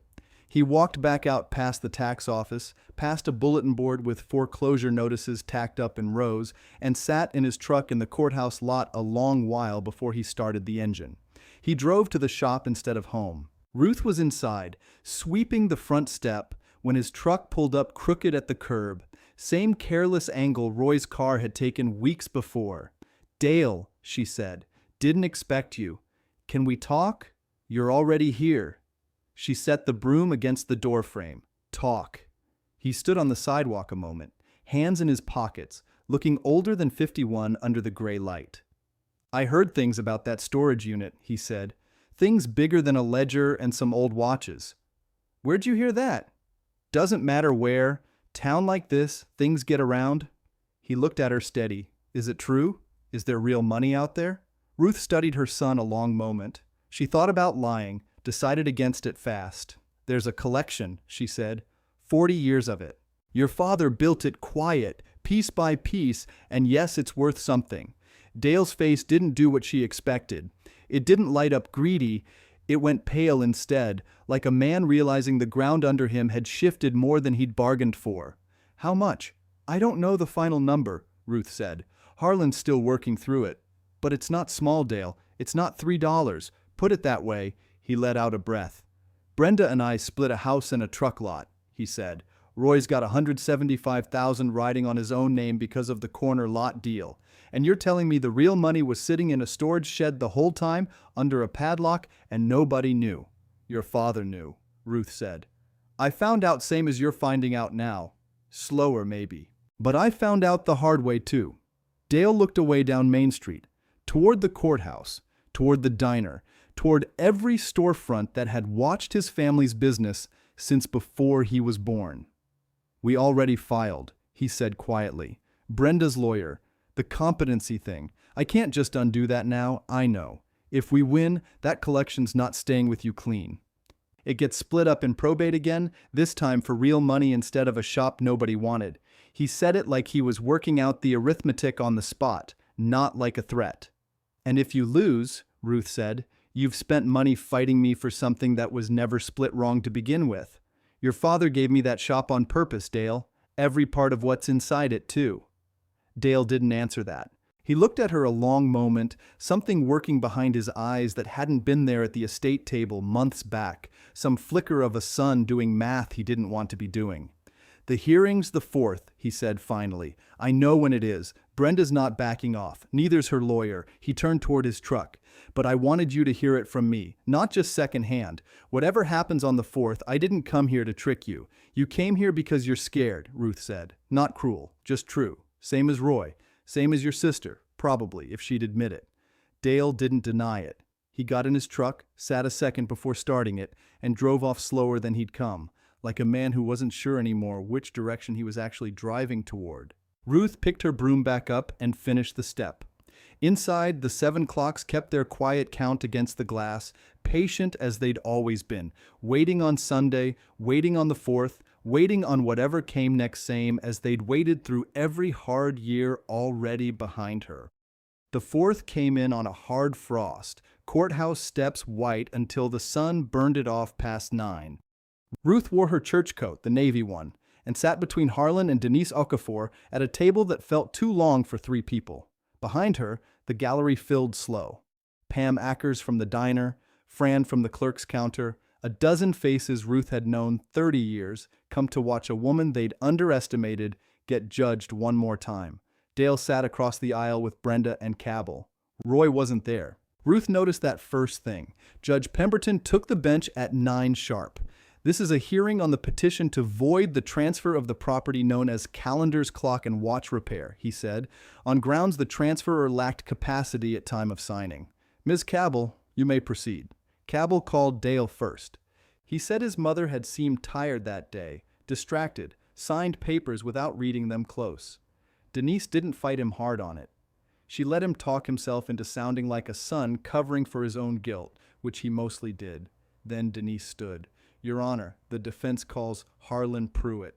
Harlan walked up slow, cane tapping once on the tile, and took the oath with a steady hand. Denise placed the ledger in front of him, the old one and the new one both, side by side on the rail. "Mr. Pruitt, how long did you know Walter Callender?" 49 years. Started as his apprentice at 17. "Do you recognize this ledger?" "I do. It's Walter's grading system, private code he built for himself, back before either of us had gray hair." Harlan opened to the first marked page. "Every entry's got a letter and a number. Letter tells you the movement type. Number tells you condition, on a scale he made up himself, 1 to 9. Can you read one for the court?" Harlan found the page he wanted. "Here. R-7, dated 2003. R means railroad grade, 7 means near mint, minor case wear only." He looked up. "That's a Hamilton 992B. I've seen it myself, out at the storage unit on Route 220. Matches this entry exact. And this one," Denise said, pointing lower on the page, "dated 2019. Harlan's voice slowed. "That page isn't Walter's hand. It's Emmett Voss's. He apprenticed same years I did, went on to Roanoke. Died about 6 years back." He touched the page like it might still answer him. Walter's hands were going by then. He'd have needed somebody who could still write small and steady. "So the collection was still being cataloged as late as 2019, Denise said. 3 years before Mr. Callender's health declined enough for full-time care." "That's right." Cabell rose for cross. "Mr. Pruitt, you were paid to authenticate this collection, weren't you?" "I was paid for the appraisal work I did the last few months, yes." "So you have a financial stake in this ledger being real." "I've got 49 years of knowing Walter Callender's handwriting," Harlan said. "Not raised, not rattled. You can pay a man to lie about a lot of things. You can't pay him to forget what his teacher's hand looked like." A ripple went through the gallery. Quiet. Quick. Denise let it settle before her next question. "Your Honor, the defense also calls Marcus Whitfield, certified appraiser, to speak to valuation."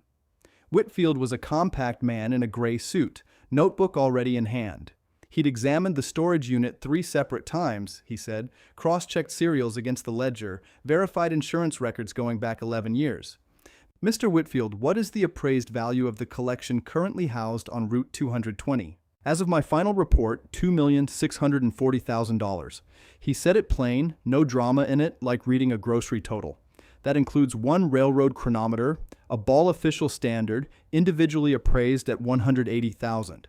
Somebody in the back row of the gallery let out a breath loud enough to carry. Dale didn't move. Brenda's hand went to her mouth. "And how long has this collection been insured?" "Continuously for 11 years. Renewed every March, current through this spring." Whitfield flipped a page. "Premiums paid on time, every year, out of an account in Ruth Callender's name jointly with her late husband." "So this wasn't hidden from any institution," Denise said, "just from the family." "It was formally documented the entire time," Whitfield said. "Anybody with the right paperwork could have found it. Nobody asked." Cabell tried to push back on the insurance point, tried to suggest the policy could have been altered after Walter's death, backdated somehow. Whitfield just shook his head and said the underwriter's own records showed no such thing, and offered to produce the carrier's letter if the court wanted it entered separate. Pemberton waved that off, said the exhibit already covered it. When Cabell finally sat, Pemberton looked over his glasses at the room a long moment. "I want to be plain about something," he said. "This petition asked me to find that a woman lacked the capacity to accept a shuttered building for $3. Meanwhile, the same building held $2.6 million in cataloged insured assets, tended carefully for over a decade, verified by 2 independent watchmakers separated by their own deaths and distance. That is not the profile of confusion. That is the profile of a secret kept well." He set his pen down. "The petition to void the transfer is denied. The estate distribution stands as recorded. Ms. Callender retains full and clear title to the property and its contents." He looked toward the back of the room where Dale sat frozen. "Mr. Callender, I believe at the original reading you told your mother she'd gotten the easy end of this estate." Dale didn't answer. "Didn't need to." "Turns out," Pemberton said, "she got the only end that mattered." Ruth felt Harlan's hand find her shoulder before she'd even registered the room going quiet around that line. Denise was already gathering papers, already moving toward the county clerk's table to file the ruling, but Ruth sat still another second, letting it land the way Walter's words used to land, slow, then all at once. "Check the works, not the face." Outside on the steps, the frost was gone, and the sun sat thin and white over Main Street. Pam Ackers hugged her without asking first. Fran from the clerk's office shook her hand twice like she wasn't sure once was enough. Dale stood off to the side with Brenda, neither one moving toward the cars yet, both of them looking at Ruth like she was a stranger wearing a face they used to know. "Mama," Brenda said finally, crossing over alone, Dale staying put. "I didn't know. I swear to you I didn't know." "I believe you," Ruth said. "That was the trouble the whole time. Nobody knew but your father and Harlan and me. What happens now? To all of it? It's insured, cataloged, and titled clean," Ruth said. "What happens now is I decide, same as I've decided everything else since your father passed." She looked at her daughter a long moment, not unkind, just even. "You'll have to trust me, the way I had to trust him. That's the part nobody warns you takes 40 years to learn how to do." Brenda's eyes went wet, but she didn't argue it. She just nodded once and walked back to where Dale stood, watching the courthouse doors like they might still open on some different verdict. Harlan walked Ruth down the steps slow, matching her pace instead of his own. $2,600,000, he said, like he was still turning the number over just to feel its weight. Walter Callender, quietest rich man Marrow's Bend ever had. He'd have hated hearing it said that plain, Ruth said. "He would," Harlan agreed. "But I think he'd have liked hearing you say it." They stopped at the corner, the shop 2 doors down, its window clocks catching the noon light, 7 faces ticking in unison like they'd been waiting on this exact moment the whole time. Ruth looked at the glass, at Walter's name still lettered across it in gold gone thin at the edges, and thought that for the first time in 8 months, the number on the sign outside didn't matter at all, next to what had been ticking quietly behind it the whole time. Fran had the back tax notice pulled before Ruth even reached the counter, like she'd been keeping it warm. "Heard how it went," Fran said. "Whole courthouse heard by 10:30. "News travels fast in this building," Ruth said. "Faster than the clocks in your window, and those never miss." Fran slid a form across. $6,200 even. "You want to clear it today, or you want to wait on probate to release funds proper?" "Today," Ruth said. "I've waited enough on things that were already mine." Harlan stood beside her while she signed. He didn't say much. He didn't need to. Fran ran the check, stamped 3 separate places, and slapped a receipt down like she was closing a chapter she'd been reading over everyone's shoulder for months. "Paid in full," she said. "Calendar's clock and watch repair. Clear title, clear taxes, as of 11:14 this morning. Put the time on there too," Harlan said. "Man appreciates precision." Fran laughed short. "Already did. Force of habit, working next to you people so long." Outside, Ruth folded the receipt into her coat pocket, next to the deed copy Denise had given her an hour before. 2 pieces of paper. $6,200 settled clean against $2,600,000 the county would never have guessed sat 2 doors down the whole time. Roy Hutchins got the call from the pharmacy rep that same afternoon. He was standing in his office on the 2nd floor of the Realty building, looking out at the corner lot he'd promised a stranger from Charlotte he'd deliver by spring. The rep's voice came through flat and fast, the voice of a man reading from a memo somebody else wrote. "Mr. Hutchins, we've reviewed the title search your office submitted last week." "That's a formality," Roy said. "I told you, that's closing out any day now. Our search shows the adjacent parcel, the storefront, is not part of any pending transfer. County records list it under Ruth Callender. Clear title, taxes paid this morning." Roy's hand went to the window frame. "That building's coming down. It's condemned practically. Nobody's stopping that sale." "There is no sale, Mr. Hutchins. There was never a signed agreement on that parcel. Our understanding was the lot would be cleared and combined. It's not clearing. We're pulling the offer on the full assemblage. You can't just, we can and we have. Corporate doesn't build around occupied buildings with a woman's name freshly cleared on the deed. That's not the footprint we buy." The rep's tone didn't change once. "We'll revisit if the parcel becomes available again. Otherwise, good luck with the rest of your listings." The line went dead. Roy stood there holding the phone a long moment, looking down Main Street at the shop's window, the 7 clocks catching afternoon light same as they always had. He drove to Brenda that evening instead of calling. She was at the kitchen table with a legal pad full of numbers that didn't add up right anymore. "They pulled it," Roy said, before he'd even shut the door. "The whole assemblage. Because your mother's shop is still standing and still hers. I heard about the hearing, Brenda said quietly. I told that man in Charlotte Spring, Brenda. I told him Spring for a year and a half. Roy dropped into a chair like his legs had given up the argument before he had. That deal was $800,000 to us for the referral alone. $800,000 gone because a padlock shed on Route 220 turned out to be worth more than the corner it sits 2 doors down from.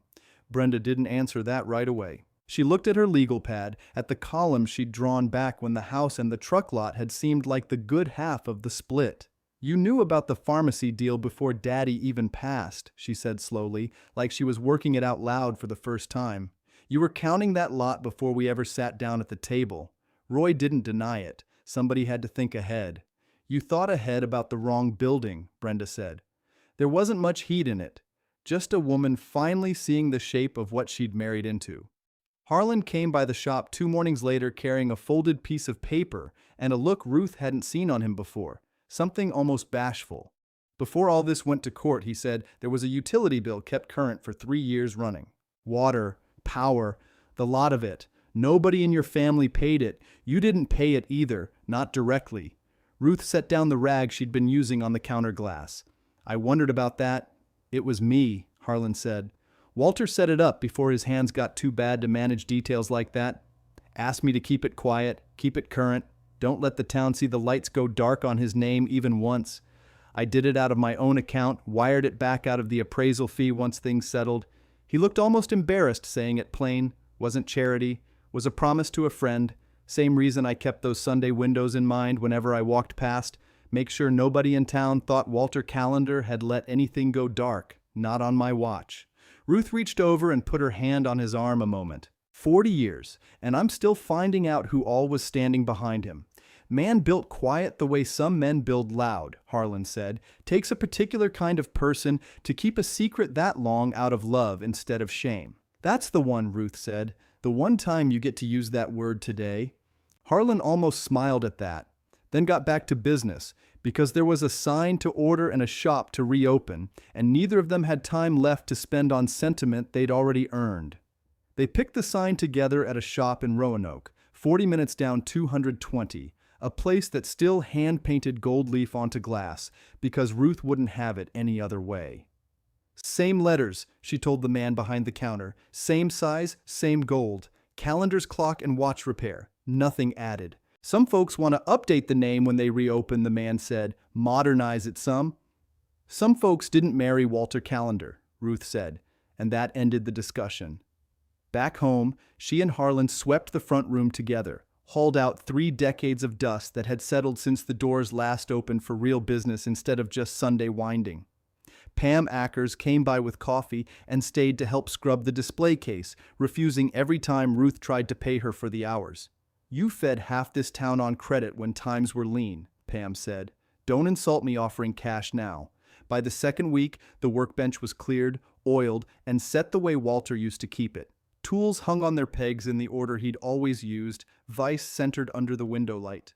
Ruth ran her hand along the wood grain one more time, right where the loose panel had lifted the night that started all of it. Feels different now, she said. Same bench, different weight sitting under it. That's what a secret does once it's told, Harlan said. Doesn't get lighter, just stops being a secret. Dale came by on a Thursday, alone this time. No truck parked crooked at the curb, just his own 2 feet carrying him slow up Main Street, like a man walking somewhere he wasn't sure he still had a right to go. He stood outside a minute, looking at the new sign propped against the window, not hung yet, gold letters catching the same light the old ones used to. Storage unit deal Roy had, he said, when Ruth came to the door. Heard it's dead. Heard the pharmacy people walked. I heard that too, Ruth said. Truck lot loan still shaky on my end, Dale said. Bank wanted collateral. I don't exactly have any more, not with the house split the way it is. He looked at his boots. I'm not asking you for anything, Mama. Just came to say I heard, and I'm not proud of how I heard it secondhand, same as everybody else in this town. Ruth studied him a long moment. 51 years old, standing on a sidewalk he'd walked 1,000 times as a boy, looking smaller than she remembered him being at any point since. You want to come in and see the bench? She asked. It's not much to look at yet, but it's honest work sitting under that glass now. same as it always was. Dale hesitated at the threshold, like the shop itself might still judge him on the way in. "I don't know that I've earned an invitation," he said. "Nobody said you had," Ruth answered. "I'm giving you one anyway. That's a different thing." Dale stepped inside, like the floor might still remember him different than the man walking on it now. The bell over the door gave its same thin ring. He looked up at it, surprised, like he hadn't expected it to still work. "Dad rigged that bell in 1981, Ruth said. "Told me it'd outlive both of us. Looks like he was half right." He walked to the bench slow, hands in his jacket pockets, boots quiet on the swept floor. The vise sat centered under the window light, same as always. The loose panel was back in place now, sanded smooth, no seam showing unless you knew where to look. "This where you found it," Dale said. Not really a question. "Right there," Ruth pointed. "Wouldn't have known to look if I hadn't dropped a screw and gone chasing it under there with my hand." Dale crouched, ran 2 fingers along the panel edge. "Doesn't even show. Wasn't supposed to." He stood back up, looked around the room. The glass case Pam had scrubbed, the tools hung in their old order. Something in his face had gone soft, in a way Ruth hadn't seen since he was young enough to still ask his father to explain how a mainspring worked. "I keep thinking about what I said," Dale told her. "At the reading. Easy end of the estate. I remember it. I wasn't trying to be cruel. I want you to know that. I thought I was being kind even, giving you the part that wouldn't be work." "I know you thought that," Ruth said. "Doesn't change what it costs to hear it." Dale nodded, slow, taking that the way a man takes a bill he knows he owes. "The truck lot's still short," he said. "Bank wants $40,000 more in collateral than I've got sitting anywhere. I'm not opening that door again, Dale. I'm not asking you to." His voice came out steadier than she expected. "I came to look at the bench. That's all I said I'd do, and that's all I'm doing." Ruth watched him a moment longer. 51 years old, and something in him finally sounding like a man instead of a complaint. "You want coffee before you head back?" she asked. "I wouldn't say no to that." She poured 2 cups from the pot Harlan had left warm on the little hot plate by the register. They sat on stools at the counter, not saying much, the 7 window clocks ticking behind them in their small, patient chorus. It wasn't forgiveness. Ruth knew better than to call it that, but it was a son sitting where his father used to sit, quiet, working something out in his own time. "Sign's going up Friday," she said finally. "Harlan and I picked it out in Roanoke. Same name, same everything. Your father wouldn't have wanted it any other way." Dale looked toward the window, at the gold leaf lettering leaned against the glass, waiting on the ladder and the man who'd hang it.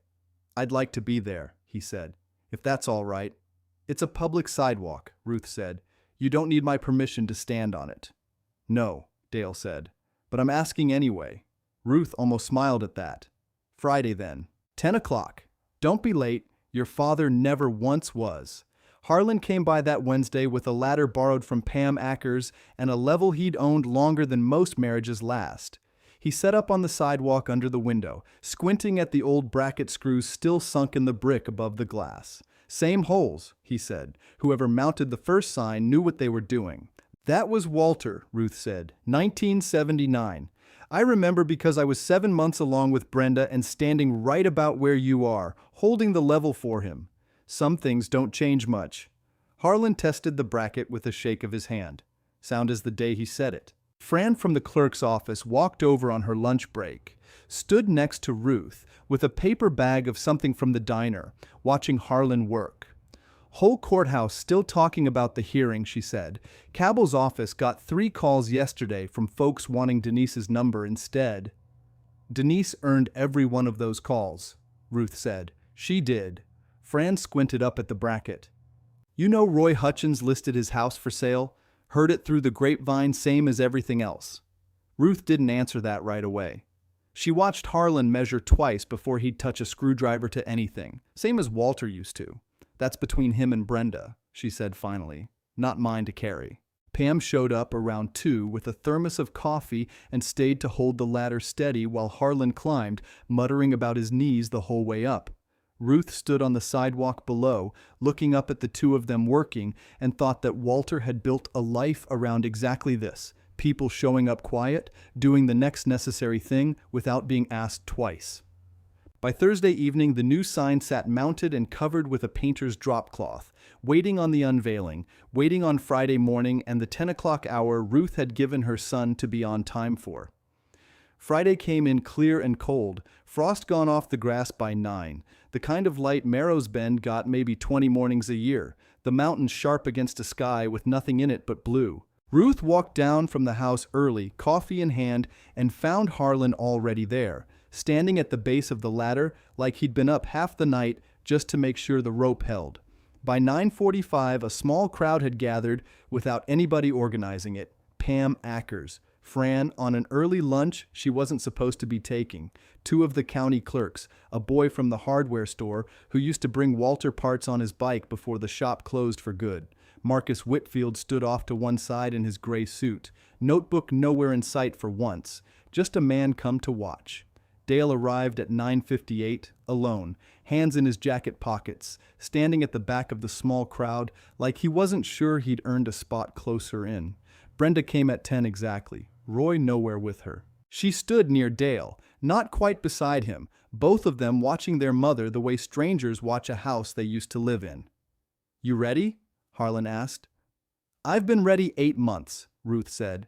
She took the rope in both hands. The crowd went quiet, the way small towns go quiet for small things that matter more than they look like they should. Ruth pulled, and the drop cloth slid free and caught the wind for a second before Harlan grabbed it out of the air. Gold letters, fresh and clean, catching the morning sun, dead on. Calendars, clock, and watch repair. Same size, same gold, same man's name lettered across glass he'd swept and stocked and locked up every night for 4 decades. Quiet, while the town walked past, thinking they knew exactly what was and wasn't inside. Somebody clapped, then somebody else. Pam wiped at her eyes without pretending not to. Fran said something to the clerk beside her that made them both laugh soft. Whitfield nodded once, like a man confirming a figure in his own ledger. Ruth stood under the sign a long moment, feeling the sun on it, feeling Harlan's shoulder brush hers the way it had every important morning since the night she'd pried up that panel and found the tin. He'd have hated all this fuss, she said. He would, Harlan agreed, but he'd have stood right here anyway, just to watch you do it. She looked past him then, to where Dale stood at the back of the crowd, still not moving closer, and to Brenda a few feet from him, and thought that neither of them had earned the front row yet. Maybe neither of them ever would, not all the way. But they'd both come. Both stood in the cold to watch. That was something. It wasn't everything. Walter had taught her the difference between those 2 words a long time before any of this, and she wasn't about to forget it now, just because the sign finally matched the gold it always should have worn. Pam was the first one through the door once the ribbon crowd broke up, and she didn't come empty-handed. Figured a shop needs its first sale on the books, she said, setting a battered pocket watch on the counter. Belonged to my grandfather. Springfield line. Hasn't run since Eisenhower. Ruth turned it over in her hands, feeling the weight of it, the case worn smooth at the edges. "Harlan," she called toward the back, "come look at this." Harlan came out wiping his hands on a rag, took the watch, held it to the light from the window. "Illinois Watch Company," he said. "Not Springfield, but close enough nobody'll fault you for the mix-up. 1906, maybe '07. He turned it over, checked the case back. "This is a good piece, Pam. Cleaning and a new mainspring, I'd say $60, maybe $80 if the jewels need reseating." "Do it," Pam said, "whatever it costs." "First job," Ruth said, writing it in a fresh ledger, one she'd bought blank in Roanoke same day as the sign. She wrote the date at the top of the page, then Pam's name, then the make and the price, plain as anything. No second book, no tin under the bench. Just one ledger from here on, everything in it in plain sight. "Feels strange," she said, starting a new one. "Feels right," Harlan said. "Your name's the only one that needs to be on it now." By early afternoon, 2 more people had come through, one with a mantel clock that hadn't chimed since a flood back in '96, another just to look at the window display and ask if the 7 clocks were for sale. Ruth told her no, those weren't ever for sale, those were the ones that never stopped. Dale came back around 4, after the crowd was long gone and the street had settled into its ordinary rhythm. He stood in the doorway a second before stepping all the way in. like he still expected the bell to mean something different for him than for anybody else. "You busy?" he asked. "Never too busy for my son," Ruth said, though the words came out careful, like she was still deciding how true they were. Dale didn't sit at the counter this time. He stood near the window, looking out at the 7 clocks from the inside for what Ruth realized might be the first time in his whole life. "I sold the truck," he said. Ruth set down her pen. "Your truck. Not the lot. Just my truck. The good one. The one I drive myself." He said it plain. No drama in it. Put it toward the collateral the bank wanted. Wasn't enough on its own, but it got me most of the way. "Dale, I'm not telling you so you'll say something back," he said. "I'm telling you because Daddy used to say a man's word is worth exactly what he's willing to give up to keep it. I gave up something to keep mine." He looked at her, steadier than she'd seen him in years. "I told you I wasn't asking for money. I meant it. Just wanted you to know I meant it." Ruth studied her son a long moment. 51 years old, and something in his face had gone quiet the way a room goes quiet after an argument nobody wins. "Your father would have liked hearing that," she said. "I didn't come here for that either." Dale looked back out at the window, at the clocks. "I came to ask you something, and you can say no. Ask it." "Sundays," he said. "You still wind those, don't you? Everyone. Every Sunday since your father took sick. Never missed one. I'd like to learn how."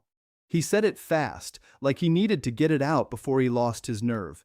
"Not instead of you, just alongside. I want to know which key goes to which clock. I want to know how much turn is enough and how much strips the spring." He swallowed. "I spent 51 years walking past this window without knowing a single thing about what kept it ticking. I'd like that to stop being true."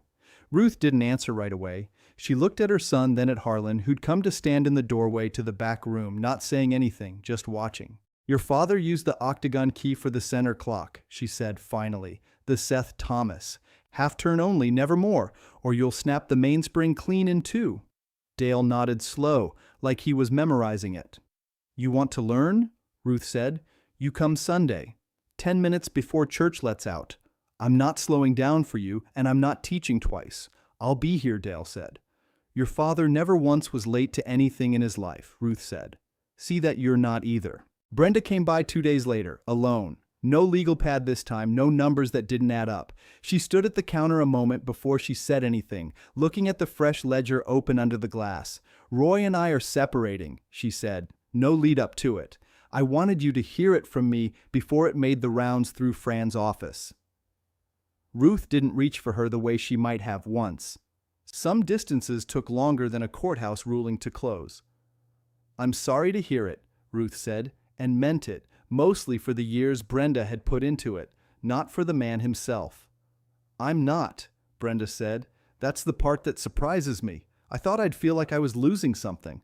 Mostly I feel like I finally get to add my own numbers again." She looked at the ledger. "I don't expect you to fix this for me. I'm not asking you to." "I wasn't offering," Ruth said, gentler than the words sounded on their own. "I know." Brenda almost smiled. "I think that's the first time in a long while somebody's told me the truth without wrapping it in something softer." "Your father did that his whole life," Ruth said. "Told the truth plain and let people decide what to do with it." Brenda nodded, looked around the shop once more, the tools on their pegs, the 7 clocks ticking behind the glass. "I don't know if I've earned Sundays the way Dale has," she said. "I heard about that arrangement already." Fran again. "You haven't asked," Ruth said. "That's different than not earning it." "I'm not asking yet," Brenda said. "Maybe I will. Not today." She turned toward the door, then stopped, hand on the frame. "For what it's worth. I believe you now. About Daddy. About all of it. I didn't at the reading. I do now." "That's worth something," Ruth said. "Doesn't undo anything. But it's worth something." Brenda left, and the bell gave its thin ring behind her, same as it always had, same as it would for whoever walked through next. Harlan came out from the back a little later, a cup of coffee in each hand, set one down in front of Ruth without being asked. "2 of them in 1 week," he said. "Your children finding their way back to the sidewalk out front." "Not all the way back," Ruth said. "Just standing on it." "That's a start most folks don't get," Harlan said. "Walter didn't get an easy start with his own father, you'll recall. Man never came around at all." He mentioned that a time or two, Ruth said, usually late at night, usually when the shop was quiet and he thought I was asleep. Harlan settled onto the stool across from her, blew across his coffee. You going to keep both ledgers going forward, the tin one and the new one? Tin ledger's done, Ruth said. Finished the day it did its work. This one's the only one that matters from here. She closed the cover gently, ran her hand once across the leather like she had the workbench panel, checking that it sat flush, that nothing underneath it needed hiding anymore. Outside, the afternoon light moved across the 7 clocks in the window, catching the brass, throwing small gold coins of reflection onto the floor where Walter used to stand. Ruth watched them a moment, the way she had every Sunday for 3 years running when there'd been nobody but her to notice if they stopped. Sunday's coming, she said. Dale'll be here 10 minutes before church lets out. You going to hand him a key straight away? No, Ruth said. Going to hand him the little one first? Least important clock in the window. Let him earn his way up to the Seth Thomas, same as anybody would. Harlan laughed, low and easy, the kind of laugh a man only has left in him once most of the hard part is over. Walter would have done it exactly that way. I know, Ruth said. I learned it from him. Sunday came in gray at first, then broke clear by 10:30, same as Ruth had promised herself it would. She unlocked the front door at 9:45 and left it that way, propped with the same iron doorstop Walter had used for 40 years, shaped like a little dog with its nose worn smooth from 1,000 hands. Dale showed up at 9:50, coat buttoned crooked, hair combed flat like he was walking into a job interview instead of his mother's shop. You're early, Ruth said. Didn't want to test you twice in one lifetime. She almost smiled at that. She handed him a rag first, not a key. Wipe your hands. Oil from a truck lot doesn't belong anywhere near a movement. He wiped his hands like a man following orders in the army. Careful, thorough, not asking why. Ruth respected that more than she let on. She walked him to the far end of the window display, past the Seth Thomas, past the mantel clock with the chipped foot, to the smallest one in the row, a plain brass carriage clock that had sat there since before Brenda was born. This one, Ruth said. Least important clock in this window. You start here. Why's it least important? Because if it stops, nobody in this town notices for a week. She handed him the small key, worn thin at the loop. The Seth Thomas stops, half the square knows by lunch. Dale turned the key over in his fingers like it was heavier than it looked. Half turn? Quarter? On this one. Spring's older than you are. Push past a quarter and you'll feel it fight you. That's your signal to stop. He knelt in front of the case, found the winding hole, fit the key with more care than Ruth expected out of a man who sold trucks off a gravel lot for a living. He turned it slow. A quarter turn, then he pulled back, waiting. Feel that? Ruth asked. Feels like it's holding something. It is. Same as everybody in this family's been holding something they didn't know how to say out loud. She didn't look at him when she said it, just kept her eyes on the clock. Do the next one.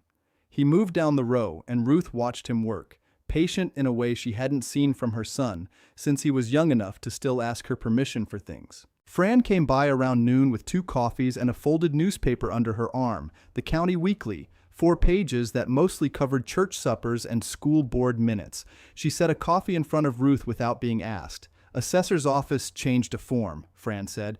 Thought you'd want to know before it made the rounds some other way. What form? Any transfer under $10 now needs 2 witnesses and an independent appraisal filed within 30 days. Used to be you could push through a nominal consideration deed with 1 signature and a smile. Fran tapped the newspaper. Denise Okafor drafted the language herself. Took it to the Board of Supervisors last Tuesday. Ruth turned the coffee cup slow in her hands. Because of us. Docket number's right there in the minutes if you want to look. They didn't put your name on it, just cited the case. Fran shrugged, like it was nothing, though her eyes said otherwise. Man came in Thursday trying to sign his mother's house over to himself for $1. Clerk's office held it. Told him he'd need an appraisal first. What happened to him? Appraisal's due in 3 weeks. Mother's still living in her own house in the meantime. Fran sipped her coffee. That's the whole story. No ribbon on it. Just a form nobody can skip past anymore. Ruth looked out the window at Dale, still bent over the carriage clock, turning the key with the kind of care Walter used to bring to a hairspring. She thought about some other woman, somewhere on the far side of the county, sitting in her own kitchen, not knowing yet that a clerk's office had just bought her a little more time. "Good," Ruth said. "That's good." Harlan came in from the back with a lens still pushed up on his forehead, holding a movement he'd been cleaning all morning. "Which one's this for?" he asked, nodding at the coffee Fran had brought. "Brought two." "You're slow today, Harlan. That's on you. I'm 79. Slow is a virtue at this point." He set the movement down gentle on a folded cloth and looked over at Dale still working the row of clocks. "Boy's got decent hands. Wasted a long time selling trucks with hands like that. He's not wasting them now," Ruth said. Harlan grunted, which from him counted as agreement. Dale finished the row an hour later. 7 clocks wound, 7 small clicks of brass settling into their work, and stood up rubbing his knees the way his father used to. "That it?" he asked. "That's it till next Sunday. Same time, 10 minutes before church lets out, every week." Ruth folded the rag he'd used and set it on the shelf under the register, same shelf Walter had used for 40 years. "You're not late once, you hear me? I heard you the first time, Mama." She almost flinched at that word. He hadn't called her that since he was a boy, small enough to sit on the counter stool and swing his legs while Walter worked. Brenda came by that same afternoon, later, after Dale had gone and the shop had settled back into its quiet. She didn't come in far, stood just inside the door with her coat still buttoned like she hadn't decided yet whether she was staying. "Roy's moving to Bristol," she said, "taking the listing business with him. County's flagging every deal he's touched the last 5 years for review, on account of that clause in his contract." She said it plain, no anger in it, just fact. Turns out I wasn't the only client whose numbers didn't quite add up when somebody looked twice. Ruth didn't ask for names. Some things weren't hers to carry either. "You doing all right?" Ruth asked instead. "Better than I expected to be." Brenda looked past her mother toward the window, at the 7 clocks, all of them ticking now in the same easy rhythm. None of them stopped, none of them a beat behind another. "I keep thinking about that carriage clock. The little one. Daddy used to say it kept the truest time in the whole row, because nobody ever messed with it enough to throw it off. He used to say that. I didn't understand it till just now." Brenda's hand found the doorframe, same spot Ruth had watched her hover in a week before. The ones nobody paid attention to were the ones that never had a reason to lie. Ruth didn't answer that right away. She thought it was about as close to an apology as her daughter had it in her to give, and she decided that was enough for one Sunday. "Come by next week," she said. "Watch your brother learn the second row. Don't have to touch anything. Just come." "Maybe," Brenda said. "Not promising." "Nobody's asking you to promise. Just show up." Brenda left without answering that either way, and the bell rang thin behind her, same as always. Harlan locked the register at 5 and stood beside Ruth at the window, both of them looking out at Main Street going quiet for the evening. Street lamps just starting to catch, the gold letters overhead lit soft from below by the little fixture Harlan had wired in himself. "Big day," he said. "Ordinary day," Ruth said. "That's what I wanted it to be. Ordinary's not nothing. Man spent 40 years building you one of those out of nothing but patience and a workbench."